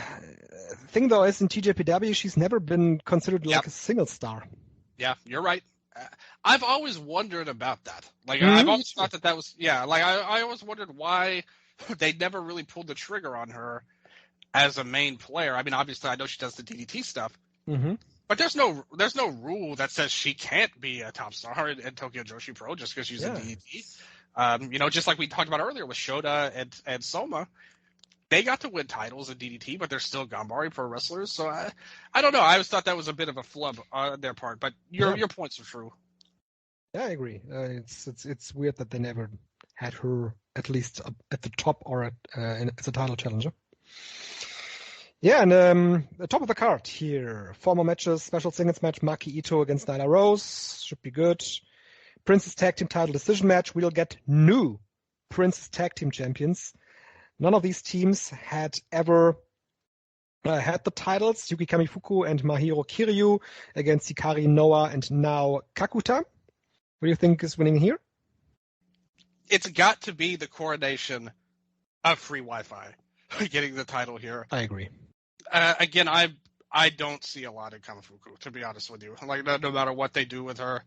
Kiryu is a fine wrestler, but not a star. Like, ultimately. No, I don't see really anything in Kiryu, to be quite honest. Yeah, like I said, she's a fine undercard player, but not somebody I want to put titles on. The other two, I mean, they're not. It's not like they're burning up the roster where we have to move them forward. But of the teams, I think that they are a team that people like. I think they're a fun group. Maybe not having superstar matches all the time, but still, of the two teams, I think they're the ones that should win. They're a more formulated team and just the right choice. So I'm going to go with Free Wi-Fi. Who are you going with for the semi-main, the International Princess and the NWA World Women's Television title are on the line, with Rika Tatsumi defending the international title and Max the Impaler defending the NWA title. I think another thing that's really hurt the company as a whole this year is how often they're bringing in these outsiders, like the American foreigners, because I think they bring the shows down almost every time. I personally am not a fan of Nyla Rose in the ring. You mentioned the title matches that Mitsuki had. She had the one against Sawyer Rack that just the one hook that the match had was Sawyer Rack is tall. But that's kind of their strategy. Like, everyone they bring in is like, well, they're big. Yes. Yeah. Like, and I mean, they are. Like, it's not a lie, but it's just not that interesting to me, ultimately. And this match, unfortunately, falls in the same vein. I mean, Max teamed with Heidi Howitzer. Yeah, Heidi Howitzer. And they were the tag champions earlier this year. And I really didn't like that run very much, ultimately. So I'm not interested in this. Tatsumi, much like Miyu, I think has been one of the shining lights of the company. Yeah. Like, she's done her very best to make everything work that she can. And I really rate her as a top-tier talent in general. But this isn't what I had in mind. Going for I mean, on top of it, let's just zone out from all of this. Never mind Max the Impaler. Never mind anything. The NWA title? Like, in TJPW? What? This is Invasion Attack all over again. Yeah, what? Like, where is this coming from? Like, what do they think? Like, what? It just, it doesn't make any sense to me. But I think that, I mean, who knows how the political side of Billy Corgan is working here? But I think Max could win the title, even though I think Max will win the title. Yeah, because of what you just said about Rika. She's one of the shining lights of the company. And also, we have another champion. What else is Mitsuki doing after defeating Mio Yamashita? Yeah, kind of a similar point that I made to Yuma. Yeah. Exactly. And if I was booking this company, I would get the international title rid of Rika and have her win the Princess title in January. But don't you want to see Rika at NWA? No. Don't you want to see that picture with Billy? No. Corgan? Don't you want to see her get played out by the Smashing Pumpkins? Do you hate the Smashing Pumpkins, Strigga? Well, the modern stuff I don't like. The old stuff was good, yeah. But I'm not a fan of Billy Corgan's anymore. I could not tell you one I can name one song of theirs, and that's it. Like, I could not tell you more than one song of the Smashing Pumpkins, but whatever your favorite Smashing Pumpkins song is, that's what Rika needs to come out to in NWA. But that's not going to happen. Max is going to win the title. I think that your idea is pretty spot on. I would do the same thing if it were up to me. But the thing is, they don't listen to me a lot in TJPW based on their booking. So I don't know what they're going to do, but hopefully it's something good. And hopefully Rika can really shine a light on Max and let him, have a great match together the best they can. But I'm not a fan of Max and really any of the foreigners that they brought in this year, unfortunately. Yeah. And then there's the final match, and I think we agree that Mitsuki is winning that. She's defending against Miyu Yamashita. There's really no reason for Miyu to win the title other than carrying it around in America. And I don't know if that's a good deal for TJPW right now because they need everything they can have in Japan. So anything else but Mitsuki winning would be a big surprise to me. Is she just going to keep going on these indie shows in America? I don't know. I think so. She's in a really tough spot in the company because the problem is, as great of a talent as she is and how many great matches she could have, her being the champion is not the answer. Like at this point, she's been there and done that so many times. As much as I'm a fan of hers, and if you just want me to turn my brain off and just watch the matches, she's the one that will have the best matches. I mean, of course, I will always be a fan of Miyu Yamashita as champion. I love the aesthetic of her coming out with a title, holding it up. It's one of my favorite entrances in the whole wrestling world, but I agree with you. There's nothing to be gained from that for the company side. We've just seen it too many times. Like, they need some new people in there, like Rika Tatsumi, that in my opinion. So hopefully they can get to that. But the thing is, this match is the one that's carrying the show from an in-ring standpoint. And from a drawing aspect as well. It's going to be interesting. Like, Tokyo, Tama, gonna be interesting. missing. Yeah, like, what are they going to do at this wonderful Western Tokyo venue? I mean, it's been rough for them, too. Like, they haven't exactly burned down, the ticket stands with their attendances lately. But what can they do? Like, realistically, how can they turn it around? Yeah, building up new people. I'm just looking up. It's actually 90 minutes from Kurgan Hall to this Tokyo Tama business, whatever it's called, messe. It's a long ride. Yeah, they have to build up new people, and they have to get those that they've built up as stars. They have to have Miyu Yamashita, Maki Ito in with, for example, Suzume, with, for example, Arisu Endo, with Hikari Noa. They have to have them in the ring with them and get victories over them to realistically build up new stars. But with Maki Ito being so involved with the GCW and Miyu Yamashita also being so involved with the indies, the question is, how many more dates do they have with TJPW? It just seems like they've really outgrown the company ultimately. And it's a sad thing because Ito never really even got the title, despite her popularity. I think the ship has sailed. Yeah, and she's not where she was 2 years ago either. Like we have to bring that up as well. So, again, there's no easy answers when you look at the company because nobody's really ready, not in terms of talent, but just in terms of how they've not elevated all of these people that we've talked about. They've had chances, but they just didn't do that. So, I mean, we'll see what happens, but I can't say I'm too confident about their near future. Yeah. What you said, that's a long-term gain. Like, if we do everything right starting today, maybe in a year's time, we can get to a better place. But I think that we're looking at around a year or so before we even take a significant step forward for this company. That is absolutely right. And finally, Dylan, we're taking the train ride back from the western outskirts of Tokyo to Sumo Hall.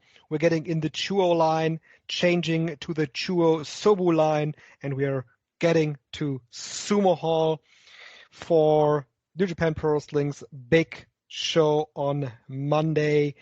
That is kind of in question, not the show itself, but the card is kind of in question right now because 5 of the wrestlers from America are actually sick as it appears. It's, of course, Leo Rush, who posted that he has 105 degrees Fahrenheit fever, which is 40 degrees in Celsius, which is really high fever.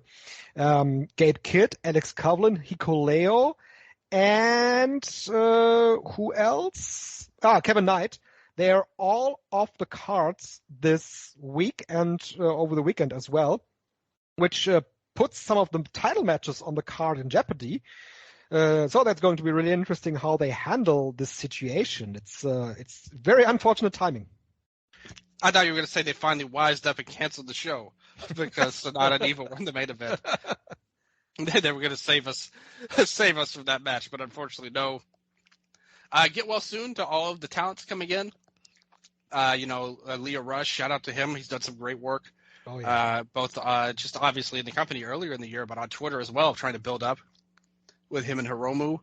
The rest, hopefully they can get better. It's a tough situation. Hopefully they can get there in time. If not, I'm sure they'll find a way to bridge through and move forward in a good way for New Japan. Yeah, so we'll go through the card here and some of our thoughts on the big matches. They announced a wild match that is happening before the actual opening match. So the match is called Frontier Zone. And it's a 10-man tag. Yoshihashi, Toru Yano, Yo, Tiger Mask, and Ryosuke Taguchi take on Takeshi Masada, Katsuma Sumi of DDT, Kengo of Tenryu Project, Jun Masaoka, who's wrestling independently, mostly for 0-1 and companies like that, and Takahiro Katori, who has made a home in Freedoms but is branching out more and more recently. So that is a match that hit me from left field because I never expected New Japan to put on like an independent showcase on this big show. Yeah. I think the list of talent they've gotten was very interesting as well. For a show like this, you have to think that we've seen what they've done over the last really 2 years when you think about it. They have really made an effort to work with outside talent more. Yep. Whether it's from different companies, whether it's from, different places all around. You have Hiromu going all over the place with the junior title, and we saw them bring in the GLEAT talent before. You've seen them work with Noah, All Japan, do co-promoted shows. They've worked with a lot of these places. It's very interesting to see them work with them more. But with the opening of kind of the junior festival earlier in the year, yep, they probably got a way to reach out to some of these places that maybe like DDT, they really didn't work with in any sizable sense otherwise, but through that show, they were able to reach out more. And so now you're getting people from Freedoms, DDT, places like that coming in. And I think it's a great thing. I see this as kind of an assessment center to what you said, the Junior Festival. Hiromu Takahashi is probably bringing that back next year. But also as an assessment center for guys to bring in maybe for the Best of the Super Junior next year. Why not? I think there's some great talent in there. Why not give them a look? Maybe you bring him in. Maybe you put him in there with Desperado on one of those special world shows that they have as well. Maybe you can see something there. So should be interesting. Yep, definitely. So the card, the official start of the first match starts with the unveiling of the new fifth guy for just 5 guys. It's Taichi, Doki, and X against the House of Torture. Yujiro Takahashi, Sho, and Yoshinobu Kanemaru. Who is X? Clearly, Satoshi Kojima. Absolutely. He's not on the card. Really bring back, build up the Bread Club sub-faction. Yes. It's Nakajima. Yeah. I don't think they would bring him in. No. Before, especially in such a small role, but. No, that wouldn't make any sense. Yeah, I don't know. Like, who would Taichi bring in? Like, who fits with this group? I think the rumor going around and what would make logical sense would be Taiji Ishimori making his return. Turn away from Bullet Club, huh? Yeah. I mean, Yoshinobu Kanemaru turned on 5 guys, so they are snitching away Taiji Ishimori from Bullet Club. That's true. You could build to a rivalry there with Sho. Yep. The King of Pro Wrestling champion right now as well. Ishimori and Doki as a tag team in a junior scene? Let's go. Yeah, I'm totally fine with that. That would be a great return. It would be nice to see him back healthy as well. So, yeah, I think that makes perfect sense overall. Yes. Whew. The next match is Tangaloa versus Chase Owens. In an arm wrestling match. Is it an arm wrestling match? Yep. They did the arm wrestling before the elimination match the other day. They did that already. It's not listed as an arm wrestling match. I think it's a regular. Dylan, it has a 30-minute time limit. Oh, they did the arm wrestling thing already. They did it before the elimination match. I didn't see that. So how was it? It was an arm wrestling match in a wrestling ring. Who won? What do you expect? I completely forgot. Well, I'm sure you'll forget this match too. Yes. Let's move on. The United Empire, Jeff Cobb, Great Khan, Henare, and Callum Newman take on LIJ, Tetsuya Naito, Shingo Takagi, Yota Tsuji, and Bushi. And should be a 3.5 stars undercard tag match. It's weird to see these matches like after the big match already happened with Naito and Jeff Cobb. There's nothing to gain for Jeff Cobb anymore. So, well, we have that. The next match, if Kevin Knight is healthy, it's Clark Connors and Drilla Maloney defending the AJPW Junior Heavyweight Tag Team title against Kushida and Kevin Knight. Man, Kushida's return to New Japan Pro Wrestling couldn't have gone any worse, to be quite honest. Completely lost steam. I mean, he had this awful disease which prevented him from getting his junior title match last year. Then he was in the US for a long time with Impact. But there is really nothing that makes Kushida hot right now in Japan, other than he would stay for a longer run with the company right now. But he has had this horrible run in the Best of the Super Junior this year, so I'm not too confident on him winning the title here. During that run, he was already the tag team champion. Oh, yeah. First of all, just to backtrack a little bit, what do you think of Callum Newman at his run in New Japan so far? Yeah, he's done fine so far. I mean, he's been mainly these multi-mans. Yeah. Not really anything that you can really rate right now. Yeah, I agree. Whenever he's in, he looks good, but it's always like these fiery segments in the multi-man matches. We've not seen like a prolonged real singles match of him. Yeah. Yeah, exactly. I do agree. Not a lot to rate on him. Let's see what happens in the future. As for the tag titles, yeah, I mean, they've got a little something going with this War Dog stuff. It's not like next level great or anything, but it's at least something. I don't know what purpose it would serve Kushida and Kevin Knight at this point. Kushida's run's definitely been really weird because they won the tag titles, and then, like you said, they immediately went to the junior tournament to where Kushida just lost everything. When they won the titles, it seemed like they were off to a hot start because Kushida had this new tag team partner. Kevin Knight was getting really over with the fans, but then the BOSJ happened. And then they lost the titles right away, afterwards. So, yeah, I don't know. I wonder if there's maybe some kind of heat with Kushida that he's dealing with. Maybe. Lives in America. Maybe they want him in Japan more.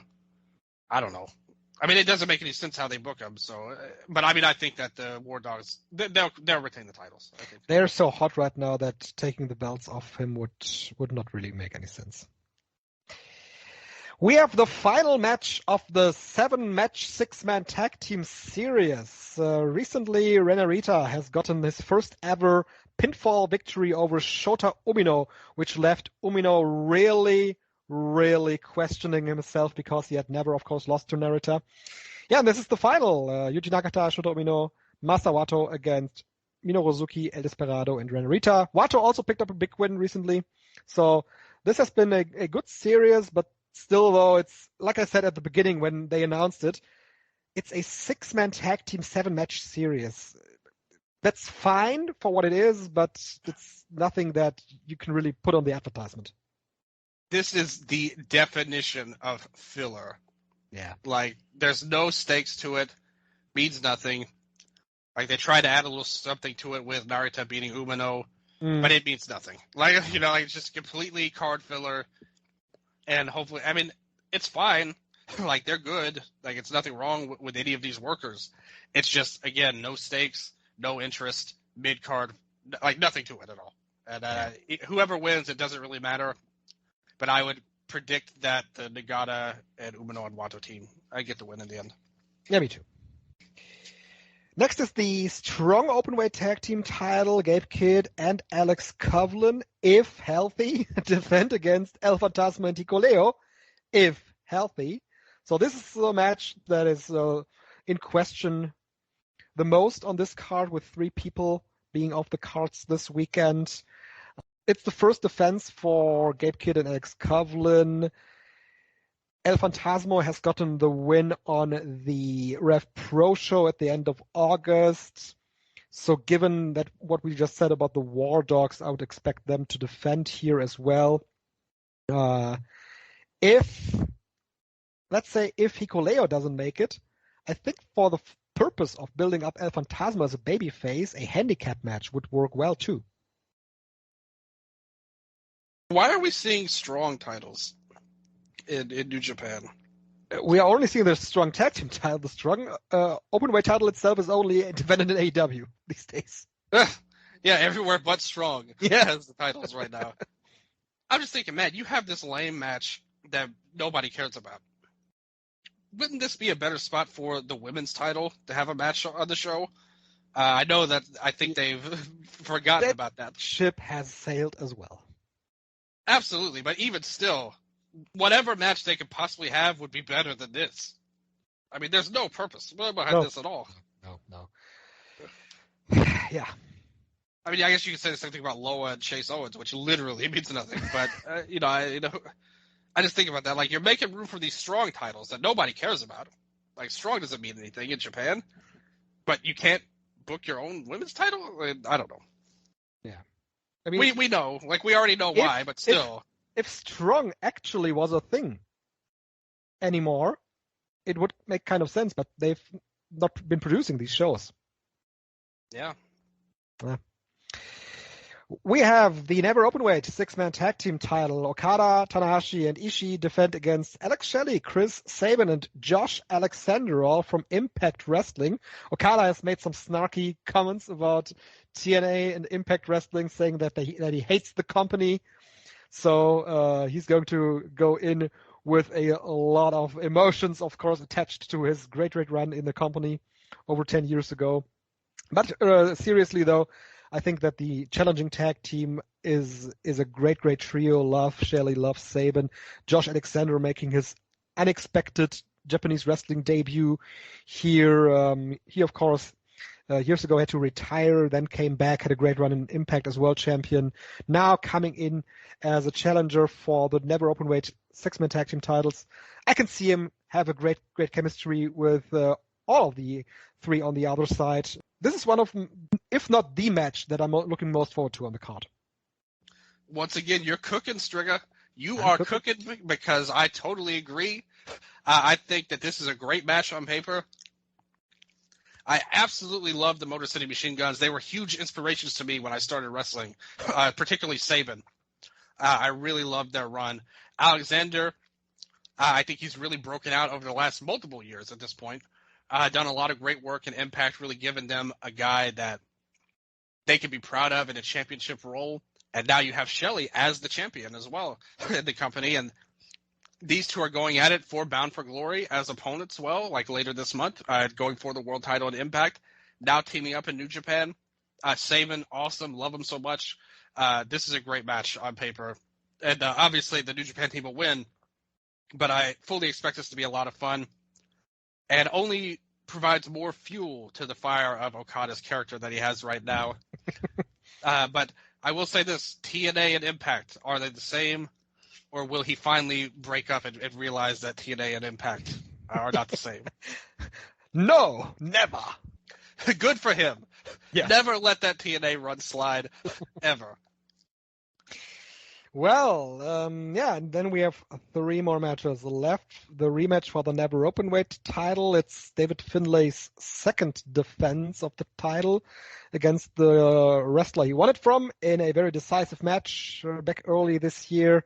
Tama Tonga challenges David Finlay. Dylan. What are they doing? Like, they have... The thing is, you said it. I wouldn't be as strong as you said it, but the War Dogs are doing good things right now. I wouldn't say they're super hot, but they're all right. Like, they're on a good path. I would say it's the hottest act that they have. I would say LIJ, to be honest. Like I said. LIJ is constantly an overact, but of the acts that they have put together recently, I think the War Dogs is the one that is the most over. I guess a comparison to who? Like, who would you describe that to? Let's go to the 7-match series. Well, those are worthless. Like that doesn't even matter. Exactly. That's 2 acts that they've put together that don't even matter. United Empire, they're not as hot. No, they've gone down mainly because Ospreay's been gone. Yeah. House of Torture has gotten a little hotter with Sho and Kanemaru there, but it's the War Dogs. Yeah, I guess. Like I said, to me, it just seems like you have a lot of cold acts. Like, not one really steady going. I wouldn't say they're cold, but again, they don't feel like they're like, oh, Finley's on his way to a main event run. It's like, not like they are the Crush Gals or anything like that, right? Well, nobody is. They just did a huge show on their anniversary. Nobody is, right? Yes. But no, they're all right. I still wouldn't say that they feel like difference makers, really. It's just the company around them is so low that they look better by comparison. That would be kind of how I feel about it. And this is a good example. This match does nothing for me, ultimately, just like the other matches on the card to this point. Not just War Dogs, just the matches in general outside of that 6-man with the Impact guys. Why are they doing this? We saw this match already. It wasn't that special. Tama was a great babyface last year. And he fizzled out. Like, it happens. It's not the end of the world. But now you're putting him in yet another match here. Who cares? Like, who could possibly care about this match? There's no heat to it at all, in my opinion. And I don't look forward to Finlay winning, even though I've long been a Finlay fan and always defended him and thought he was good. But just, this doesn't do it a lot for me. The question I have for Finlay, where is this Never Openweight title run leading him? And that's kind of bringing back to my original point. Like, where is this all going? Like, it doesn't feel like they're leading towards any main event run for him. No. But he's a good performer. Like, that's this thing. Like, I like him a lot. And I think I like his character in general. I like what they've done with the War Dogs. It's the best Bullet Club in New Japan that we've seen in years and years and years. I've always thought every iteration of the Bullet Club sucked from the very start, except for this one. Like, which again, it's not like I think they're the greatest faction ever, but I do think that they're much better than they were before this started. And I wish that they would get some people around him to where you could really give him a chance to show something big. I love the character. I love the brawling aspect of his character. I thought he did a really good job in the Cup. But that didn't really spin off into anything that interesting, unfortunately. And same thing for the G1. Like, they gave him a nice run there. But I don't know. Hopefully they can get somebody at the Dome. I was just going to ask, what is he doing in the Dome? It really doesn't even matter. Like, it could be anybody. Shingo, like, Ishii. It'll be somebody like that, I think. I don't think they're going to continue this. Maybe Phantasmo. Like the Phantasmo, yeah. If you pull the trigger on Phantasmo, it should be in the Tokyo Dome.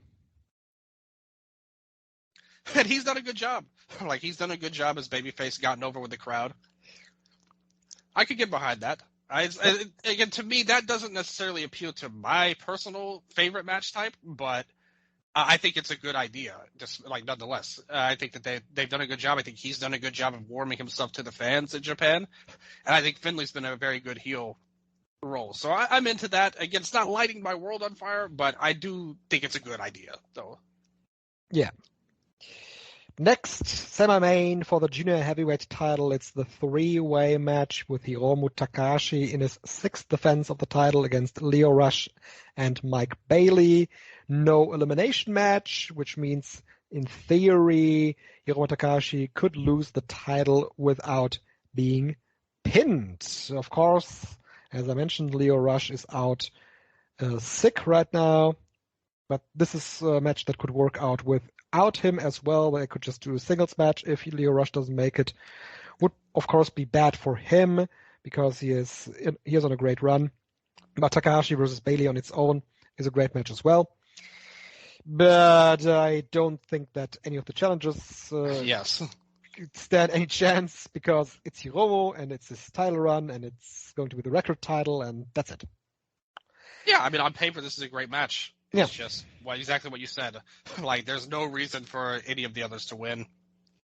Why is there so much Impact representation? That's a good question. I don't know. Yeah, I mean, I don't hate it. I don't hate Impact in general. Like, I think they're a good company for the most part. They're doing well for themselves where they are. Yeah, exactly. Like, I wouldn't say, again, they're, like, on the verge of a new boom period or anything like that. But No. But I like their company, though. Like, just watching their shows is totally fine. Rush and Saban had a great match a couple of weeks ago as well for the X title. So I really recommend that. That was the match of the week on the Wrestle Update page we had, too. But this will be a great match if they can do it as a three-way. If it's Hiromu or Bailey versus Bailey singles match, Bailey really tapped into a new gear in the Best of the Super Juniors, was universally viewed as one of the MVPs of the tournament, and I think that whether it's a singles or triple threat, great match, but like you said, again, Hiromu's going to win the title. Who do you think they have planned for him at the Dome? Ooh. It's another where it feels like there's so many options because of his tour, like of the outside companies. Is there some outsider they're building to for a big spot? Yeah, he's wrestling Katsuki Hirata at Ultimate Party. It's not going to be Hirata. Hirata gets the win on DDT to challenge at the Dome for the title. I actually had not thought about that, so who it could be. No, I don't. I have no idea.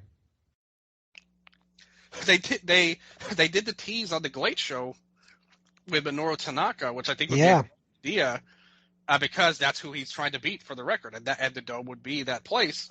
Mm-hmm. So if they could do it for historical value, I'd be down for that. Other than that, I mean, I don't know. And if they don't do, they have we said this before, they have a preconceived story with Ishimori coming back from injury. Yeah. To the title, if they want to do that. That's right. I feel like those are the only options with story beef behind them. Other than that, I don't think there's any realistic options. At least interesting ones. There really isn't any division in the last couple of months. Oh, yeah. I mean, and every year it happens this way. Mm-hmm. You know, once G1 hits, everybody's on the bench. Yep. And it really leads to them having a lot of cold Dome matches. But I admire... In general, I haven't loved his run, to be honest. Like, outside of New Japan. Me neither. You know, and I really liked his first few months, like, up until the Super Juniors. You know, and once that tournament ended, I thought, man, this guy's had a ton of great matches. Yep. Like, really found a new gear. Like, he felt like he was really going through the motions for a while. And then he started going to all these other companies and then went back to going through the motions. It felt like it in all of them. I was already stunned how many votes he got for Best Wrestler in the half-year awards. Because, yes, I thought he had great matches, but there were others that I thought more about being the greatest wrestler in Japan this year. And if this continues right now with the year-end awards, I don't know. I gotta question some of the voters because it's not been an outstanding run this year. I think half-year award, it was legitimate. For 5 of those 6 months, I thought he was right up there. At the end of the year, I think a lot of those votes are going to go away.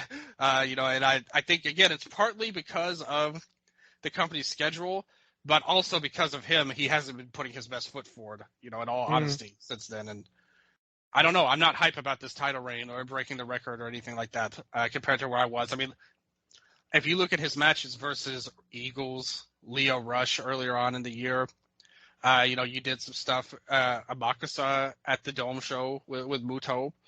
Even O'Hara in the opening month did a lot of great matches in the junior Best Super Yeah, Junior. that's true. That's true. So, I mean, like I said, he had a deep run the first 5 or 6 months, so I wasn't surprised. He was up there for me as well. I didn't vote for him, but he was up there. But yeah, at the end of the year awards, I think that's all gone away. And that was a good run, but ever since then, there's nothing really he's done that's impressed me in the last 4 months. And finally, the Lumberjack match for the IWGP World Heavyweight Championship. SANADA in his 4th defense of the title against EVIL. They've stacked the deck so much against SANADA. He was humiliated during the G1 Climax. Yoshinobu Kanemaru turned against his stable. They beat him up prior to the most recent Hurricane Hall show. They've stacked the deck for the babyface to get over. And the more and more I think about this title match, Dylan, the less I think that SANADA is actually winning this title match. That's been a hot rumor lately. Yeah. The thing is, the challenger in the Tokyo Dome is where the money is. It's Tetsuya Naito. Right. And who Tetsuya Naito is wrestling is not really of any importance. So, you have think. We don't know that for sure. Maybe. We have no more title matches left this year. So, in my estimation, does it really make any difference if it's SANADA or EVIL? If they're thinking that way, it tells you how much of a failure this SANADA push has been. Yeah. The problem with EVIL winning and why I do think SANADA will win, I get that everybody wants to doom post pretty much with EVIL main eventing the Dome. The problem is the entire purpose of this title reign was the story of him going through these people. So to cut it off right before you get to the main guy, why? And I might be talking myself into a shoot, and that's one of those deals that I've said all along with the House of Torture. The idea of them winning is enough. They don't have to win, actually. And maybe that's the case here too. I mean, EVIL and Naito have history. They all have history. I mean, that's the thing that SANADA this whole year has been building to him completing the story. So by cutting it off right before you get to the finish line, you are saying this guy is a bum. Like, he is just a non-entity as champion. He sucks. His title reign is a failure. We cannot have this loser go into the Dome who sucks. Why? I mean, he's not done great. Like, I've had my criticisms of him all throughout, like, his run pretty much. But is the answer, what evidence do we have that EVIL would be better? None. There is none. And so that's the problem. Like, if SANADA had just won the title, and maybe there was no story, he just faced random people, like, I would be down with that. Like, I wouldn't be down with it. I would be understanding of where you're coming from. But the problem is that they have so much story built into this title reign that they would have to throw it all away at the last second. Logically, it doesn't make any sense. It's just this feeling that I have when I think about this match. I just wouldn't be shocked if it happens in the end. And I totally understand that, because we've all been there before. EVIL, getting into these big spots that we don't like. If that happens, I think that you really have to question everything they've done. Like, this whole year has to come into question if that happens. Because it's not just evil. Then they have made that decision. It's not me saying, it's not my opinion. They cut their own story off right before the end point. That tells you all you need to know. So that really makes this whole year a complete wash. And would they be willing to throw that all away because they think evil is a bigger deal than SANADA? I don't know. I mean, again, I'm not saying it's impossible, but to me, why would they go through all of this just to throw it away at the end? And that's kind of where I'm at. Yeah. Like you said, they put all of these roadblocks in him with SANADA, and it feels like they're trying one last push to make him into a guy, which I don't believe he is. Like, I don't think he's a worthy world champion either. So it's not like they're even wrong. And if you just think, oh, well, it doesn't matter, like, we're just going to move away from SANADA because we know he's not a guy, so we're going to try this other thing, and maybe this is something. Hey, if Evil main events the Dome, who cares that it's a V0 title reign? He could say he is a Dome main eventer for the rest of his career, that we push him. Mm-hmm. So if you think like that, okay, but you've killed SANADA and his title. That's right. And he'll never be, like, you basically just confirmed that he will never be anything again in the company. But I don't know. Yep. Again, I'm not a fan of SANADA's title reign. I don't think he's been a very good champion, like, overall. So none of these options are good for the main event of the Tokyo Dome. That's the thing. We're discussing what would be the best outcome out of two outcomes that really are not any kind of hot. I mean, the thing is, they are banking 1,000% on Naito and LIJ lore being a top draw. And it's worked in the past plenty of times. But done much better than this particular version. Yeah. And let's not only talk about the Tokyo Dome, what they bank on there. I think this card is looking really rough from a drawing standpoint. I don't expect this to do well, to be quite honest. I mean, again, they're trying to bank on the old, even though neither of these two are in there anymore. They're banking on the old LIJ lore factor here to kind of mean something.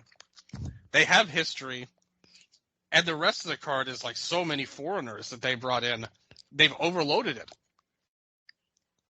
It's one of those things, I'm not really sure what their aim is with this show, to be honest with you, up and down. There's nothing really on the card that stands out. I mean, and match quality, there are some good matches on the show. We talked about it with the 6-man tag and even the junior title. But it just feels like this SANADA run and the company as a whole, man, like they are ice cold to me overall. It was interesting, too, that the Kobe show they did actually did less than the Dragon Gate show, the Kobe World show in Dragon Gate. That was the first surprised. Time. Yeah, that's the first time in a long time. I don't know if they ever did it before, but at least the last couple of years, the DG shows, but they've already overcame it. So that's interesting. That's an interesting thought. And just the whole company feels like it's really cold. They did a big number for the final, but that was Naito and Okada. Right. And that's kind of what I'm saying when I made that earlier. Like, they've banked on Naito before many times, and it's worked. But that was versus Okada as well. A very interesting and compelling storyline. Is this, like, is him versus Evil the same level as Naito versus Okada? Not really. Gato, like, what are you doing right now? Like this, look at this man's booking decisions up and down. All of these matches we talked about, how many times have we said, what's so-and-so going to do with the Dome? And then both of our answers were, well, we don't know. Who cares? It doesn't matter. Junior title, never title. What's going to happen? Up and down. Women's title we talked about doesn't mean anything anymore. Gato, this man's booking. Hey, we were praising Gato a lot through the early portion of the year. Both of us said New Japan had one of their best years in a long time. Yep. Like up to the G1. But look at him now. You go with the G1, you go with this crazy-ass SANADA title reign, it's caused this clown to lose his town crown right now. Yeah, it's not a good period right now. Post G1 has been really cold. And one more question on that, Dylan. What is Okada doing in the Tokyo Dome? It's another case where everybody anticipates him versus Bryan Danielson to replay their Forbidden Door match. And that's going to be another interesting part there. What kind of goals do they have? Are they so confident that Naito is in the main event, regardless of the champion, SANADA or EVIL? Like, it doesn't really matter from a drawing perspective.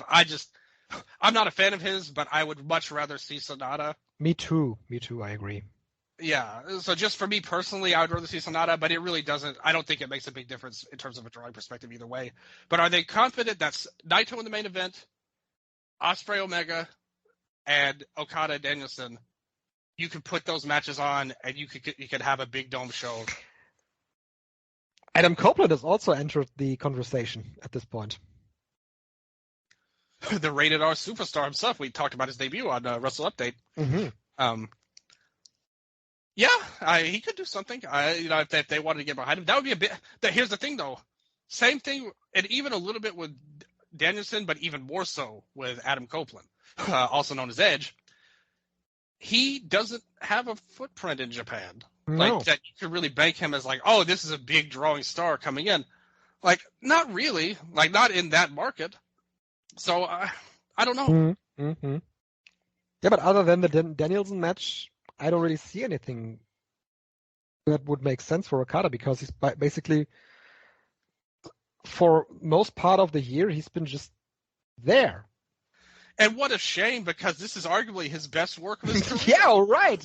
It's wild. Like that's so weird to me. That for so long they were so confident in him, and he does this great work. I mean, they were rolling when he was champion before he lost the titles to SANADA. And he was doing some great work, and I loved what he was doing up and down. You had a lot of momentum with him. And then it's like, okay, he's now the 6-man champion. He went to the final of the G1, and a lot of people liked that match a lot. And I liked it. It was not it was a really great match, in its own way, a very good spectacle at the very least. So they gave him something in the G1, but largely, like you said, it's been the 6-man titles and not really a main storyline. If it's not Danielson, maybe they could do something where, here's the thing though, because you could argue, hey, maybe this would be a good time for him to wrestle one of the 3 Musketeers, and in a match, and try to build them up through that. Yeah. But they need him in a big match, in my opinion, this year. He can't just be a guy on the card. He needs to be in a major match. No, his role definitely should be big standout singles match. Totally agree. 6-man title in it, and I like the 3 Musketeers, all of them. But right now, this particular year, he needs to be in a big match. That's all there is to it. And Bryan would be a great match for me personally, and a lot of the fans. But again, and they built a storyline with that as well. Somewhat, you have a past to call back to. I think that would get the fans riled up that are there. I don't know if it would be a huge drawing match for Japan itself, but I think the fans that do know Bryan will it'll be a big draw to them. Yeah, pretty much. So I like the match a lot. Omega and Ospreay, I definitely do think means something to Japan, and it's the finality of their feud. Do you think that could that be the main event over the world title match if that's how it plays out? Don't think that New Japan would do that, actually. The whole storyline is Naito doing his roll call. So, right. Yeah, it makes more sense to do that there. But it'll be interesting overall. But like you said, we're relying on foreigners and outsiders up and down the card now again. Yeah, look at this card. I mean, they do need them. You're right. You're totally right. They need them at the end of the day. What if it's Kaito versus Okada? That would be amazing. Run it back. Finish the story, Kaito. Yes, but no. And besides that, I don't know. I don't know what they're going to do with multiple people on this card, but we'll see. They've got a few months to do some big things. Maybe again, we saw it. We've seen in years past them pull some stuff out of their back pockets. Yeah, right. Remember when Jericho first came to New Japan and faced Omega? Nobody expected that. Maybe they have something on that level. Yeah, Could be a. But again, that's outsiders, right? Yeah, I mean, not it has to be from within. Yeah, I mean, there's nobody that really feels like the dude right now, like that's ready to take the step up. I think they've done a decent job. I mean, I really liked the match Tsuji had with Ospreay last month. Me too. Yeah, I thought that was a great match.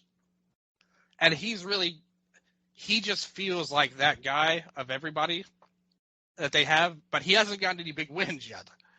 So that's the one thing he's missing. I think in a year's time, we may talk about, exactly. We may be talking about Tsuji in a different light than we have him now, but I don't think it's not anything. I expect him to have a big run in the tag league this year, maybe even winning in the tag league. And from there on, next year, stronger run in the G1.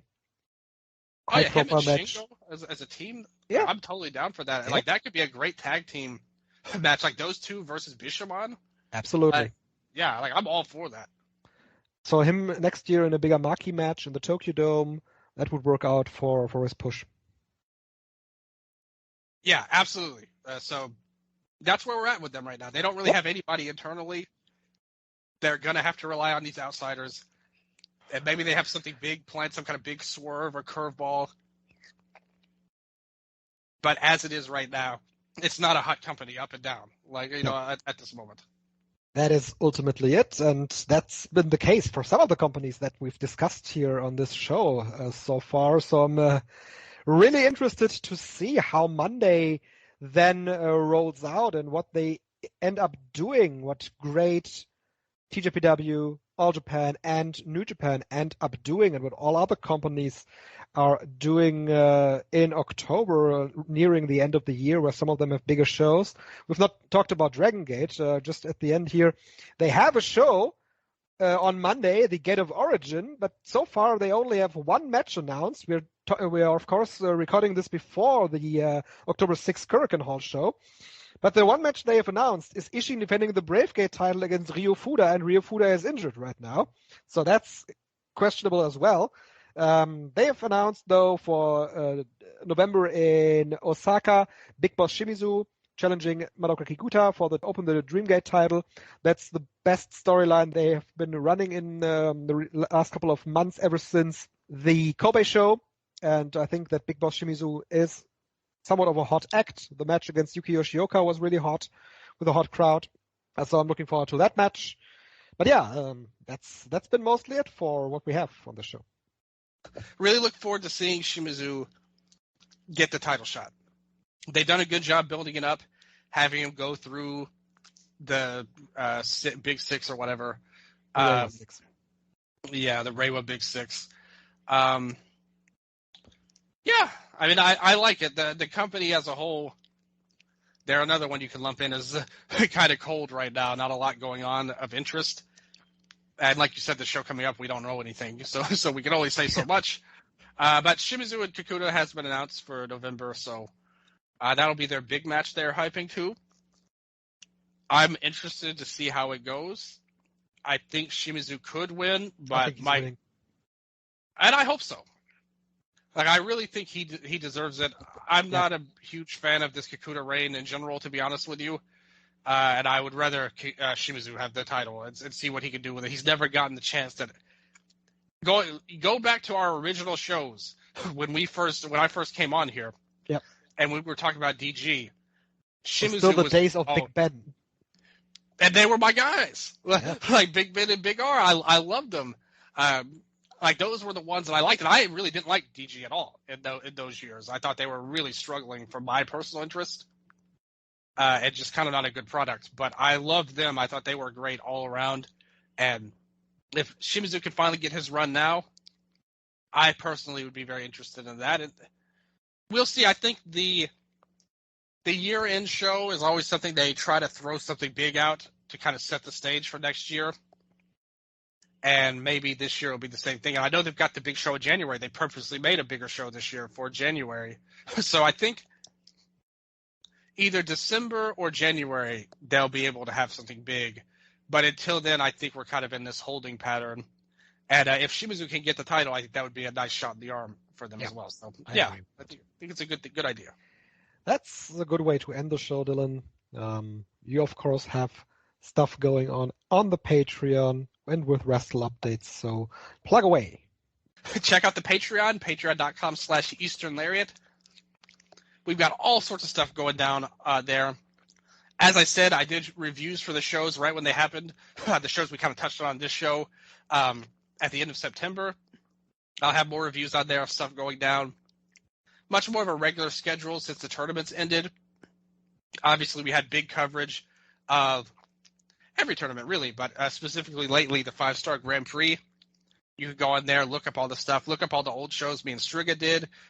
We did Week of Lariats on Inoki. We did them on all the third generation, Nagata, Kojima, Tenzan, Nakanishi. We did all of them. Three Musketeers, we did them as well. Lots of cool stuff on there. Toyota Tuesdays, all through with the backlog. Now on to the next chapter of Toyota's career.